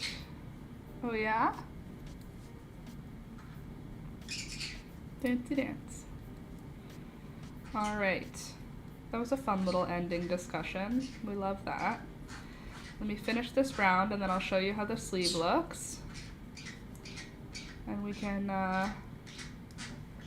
kind of see how much more we need to do. What? I'm just going to do the first few stitches of the next row so that I don't have any laddering. I already have a little bit on this start and end of the row. Okay, and then I'll move my needles so that there's no stretching out. So you can see the sleeve. There's how the sleeve looks. Little puff at the bottom. And then it shrinks back up. VV cute. So then when it's long, it can be puffy like that. Isn't that cute? Little puffed sleeve. I think I'll have it sit like this. Isn't that fun? So there's the sleeve, and then here's the body. Oh, it's gonna be really cute. Happy Friday to you too, Candace. I'm just finishing for the day. You arrived just as I'm wrapping it up. But we got this far on the sleeve, so I just have to continue on this sleeve with the same color change, I think, until the sleeve goes up to the armpit length. But here's what the body is looking like. I'm very pleased. The body currently is armpit length. So that's going to be the length of it, hopefully. We might make it longer if we need to. Delightful. All right. The hair still looks great. Thank you. I actually added a little bit of pink to it, but thank you. That's it for today. I'm done. I'm ready to get working. I have work to do now. Not super looking forward to it, I'm going to be honest with you. But, you know, what do you do? You gotta do what you gotta do, and I got editing to do today. So I will see you guys on Monday, because we get together Monday, Wednesday, and Friday from 9 a.m. until 12 p.m. and it is 12:48 p.m. So stayed a little late today, but that's okay. And thank you to everyone supporting the channel this month. If you are a supporter, I really appreciate you. If you would like to become a supporter, check the links in the description box down below. But I really appreciate you for being here today. So if you want to hang out again, Monday, Wednesday, Friday, 9 a.m. till 12 p.m. and crochet tutorials on Tuesday. So I'll see you next week. Thank you for being here, and I love you guys. Bye. Slide it back right in here, Candace. I'll stay and watch with you. Aw, that's nice. Okay, bye guys. See you later.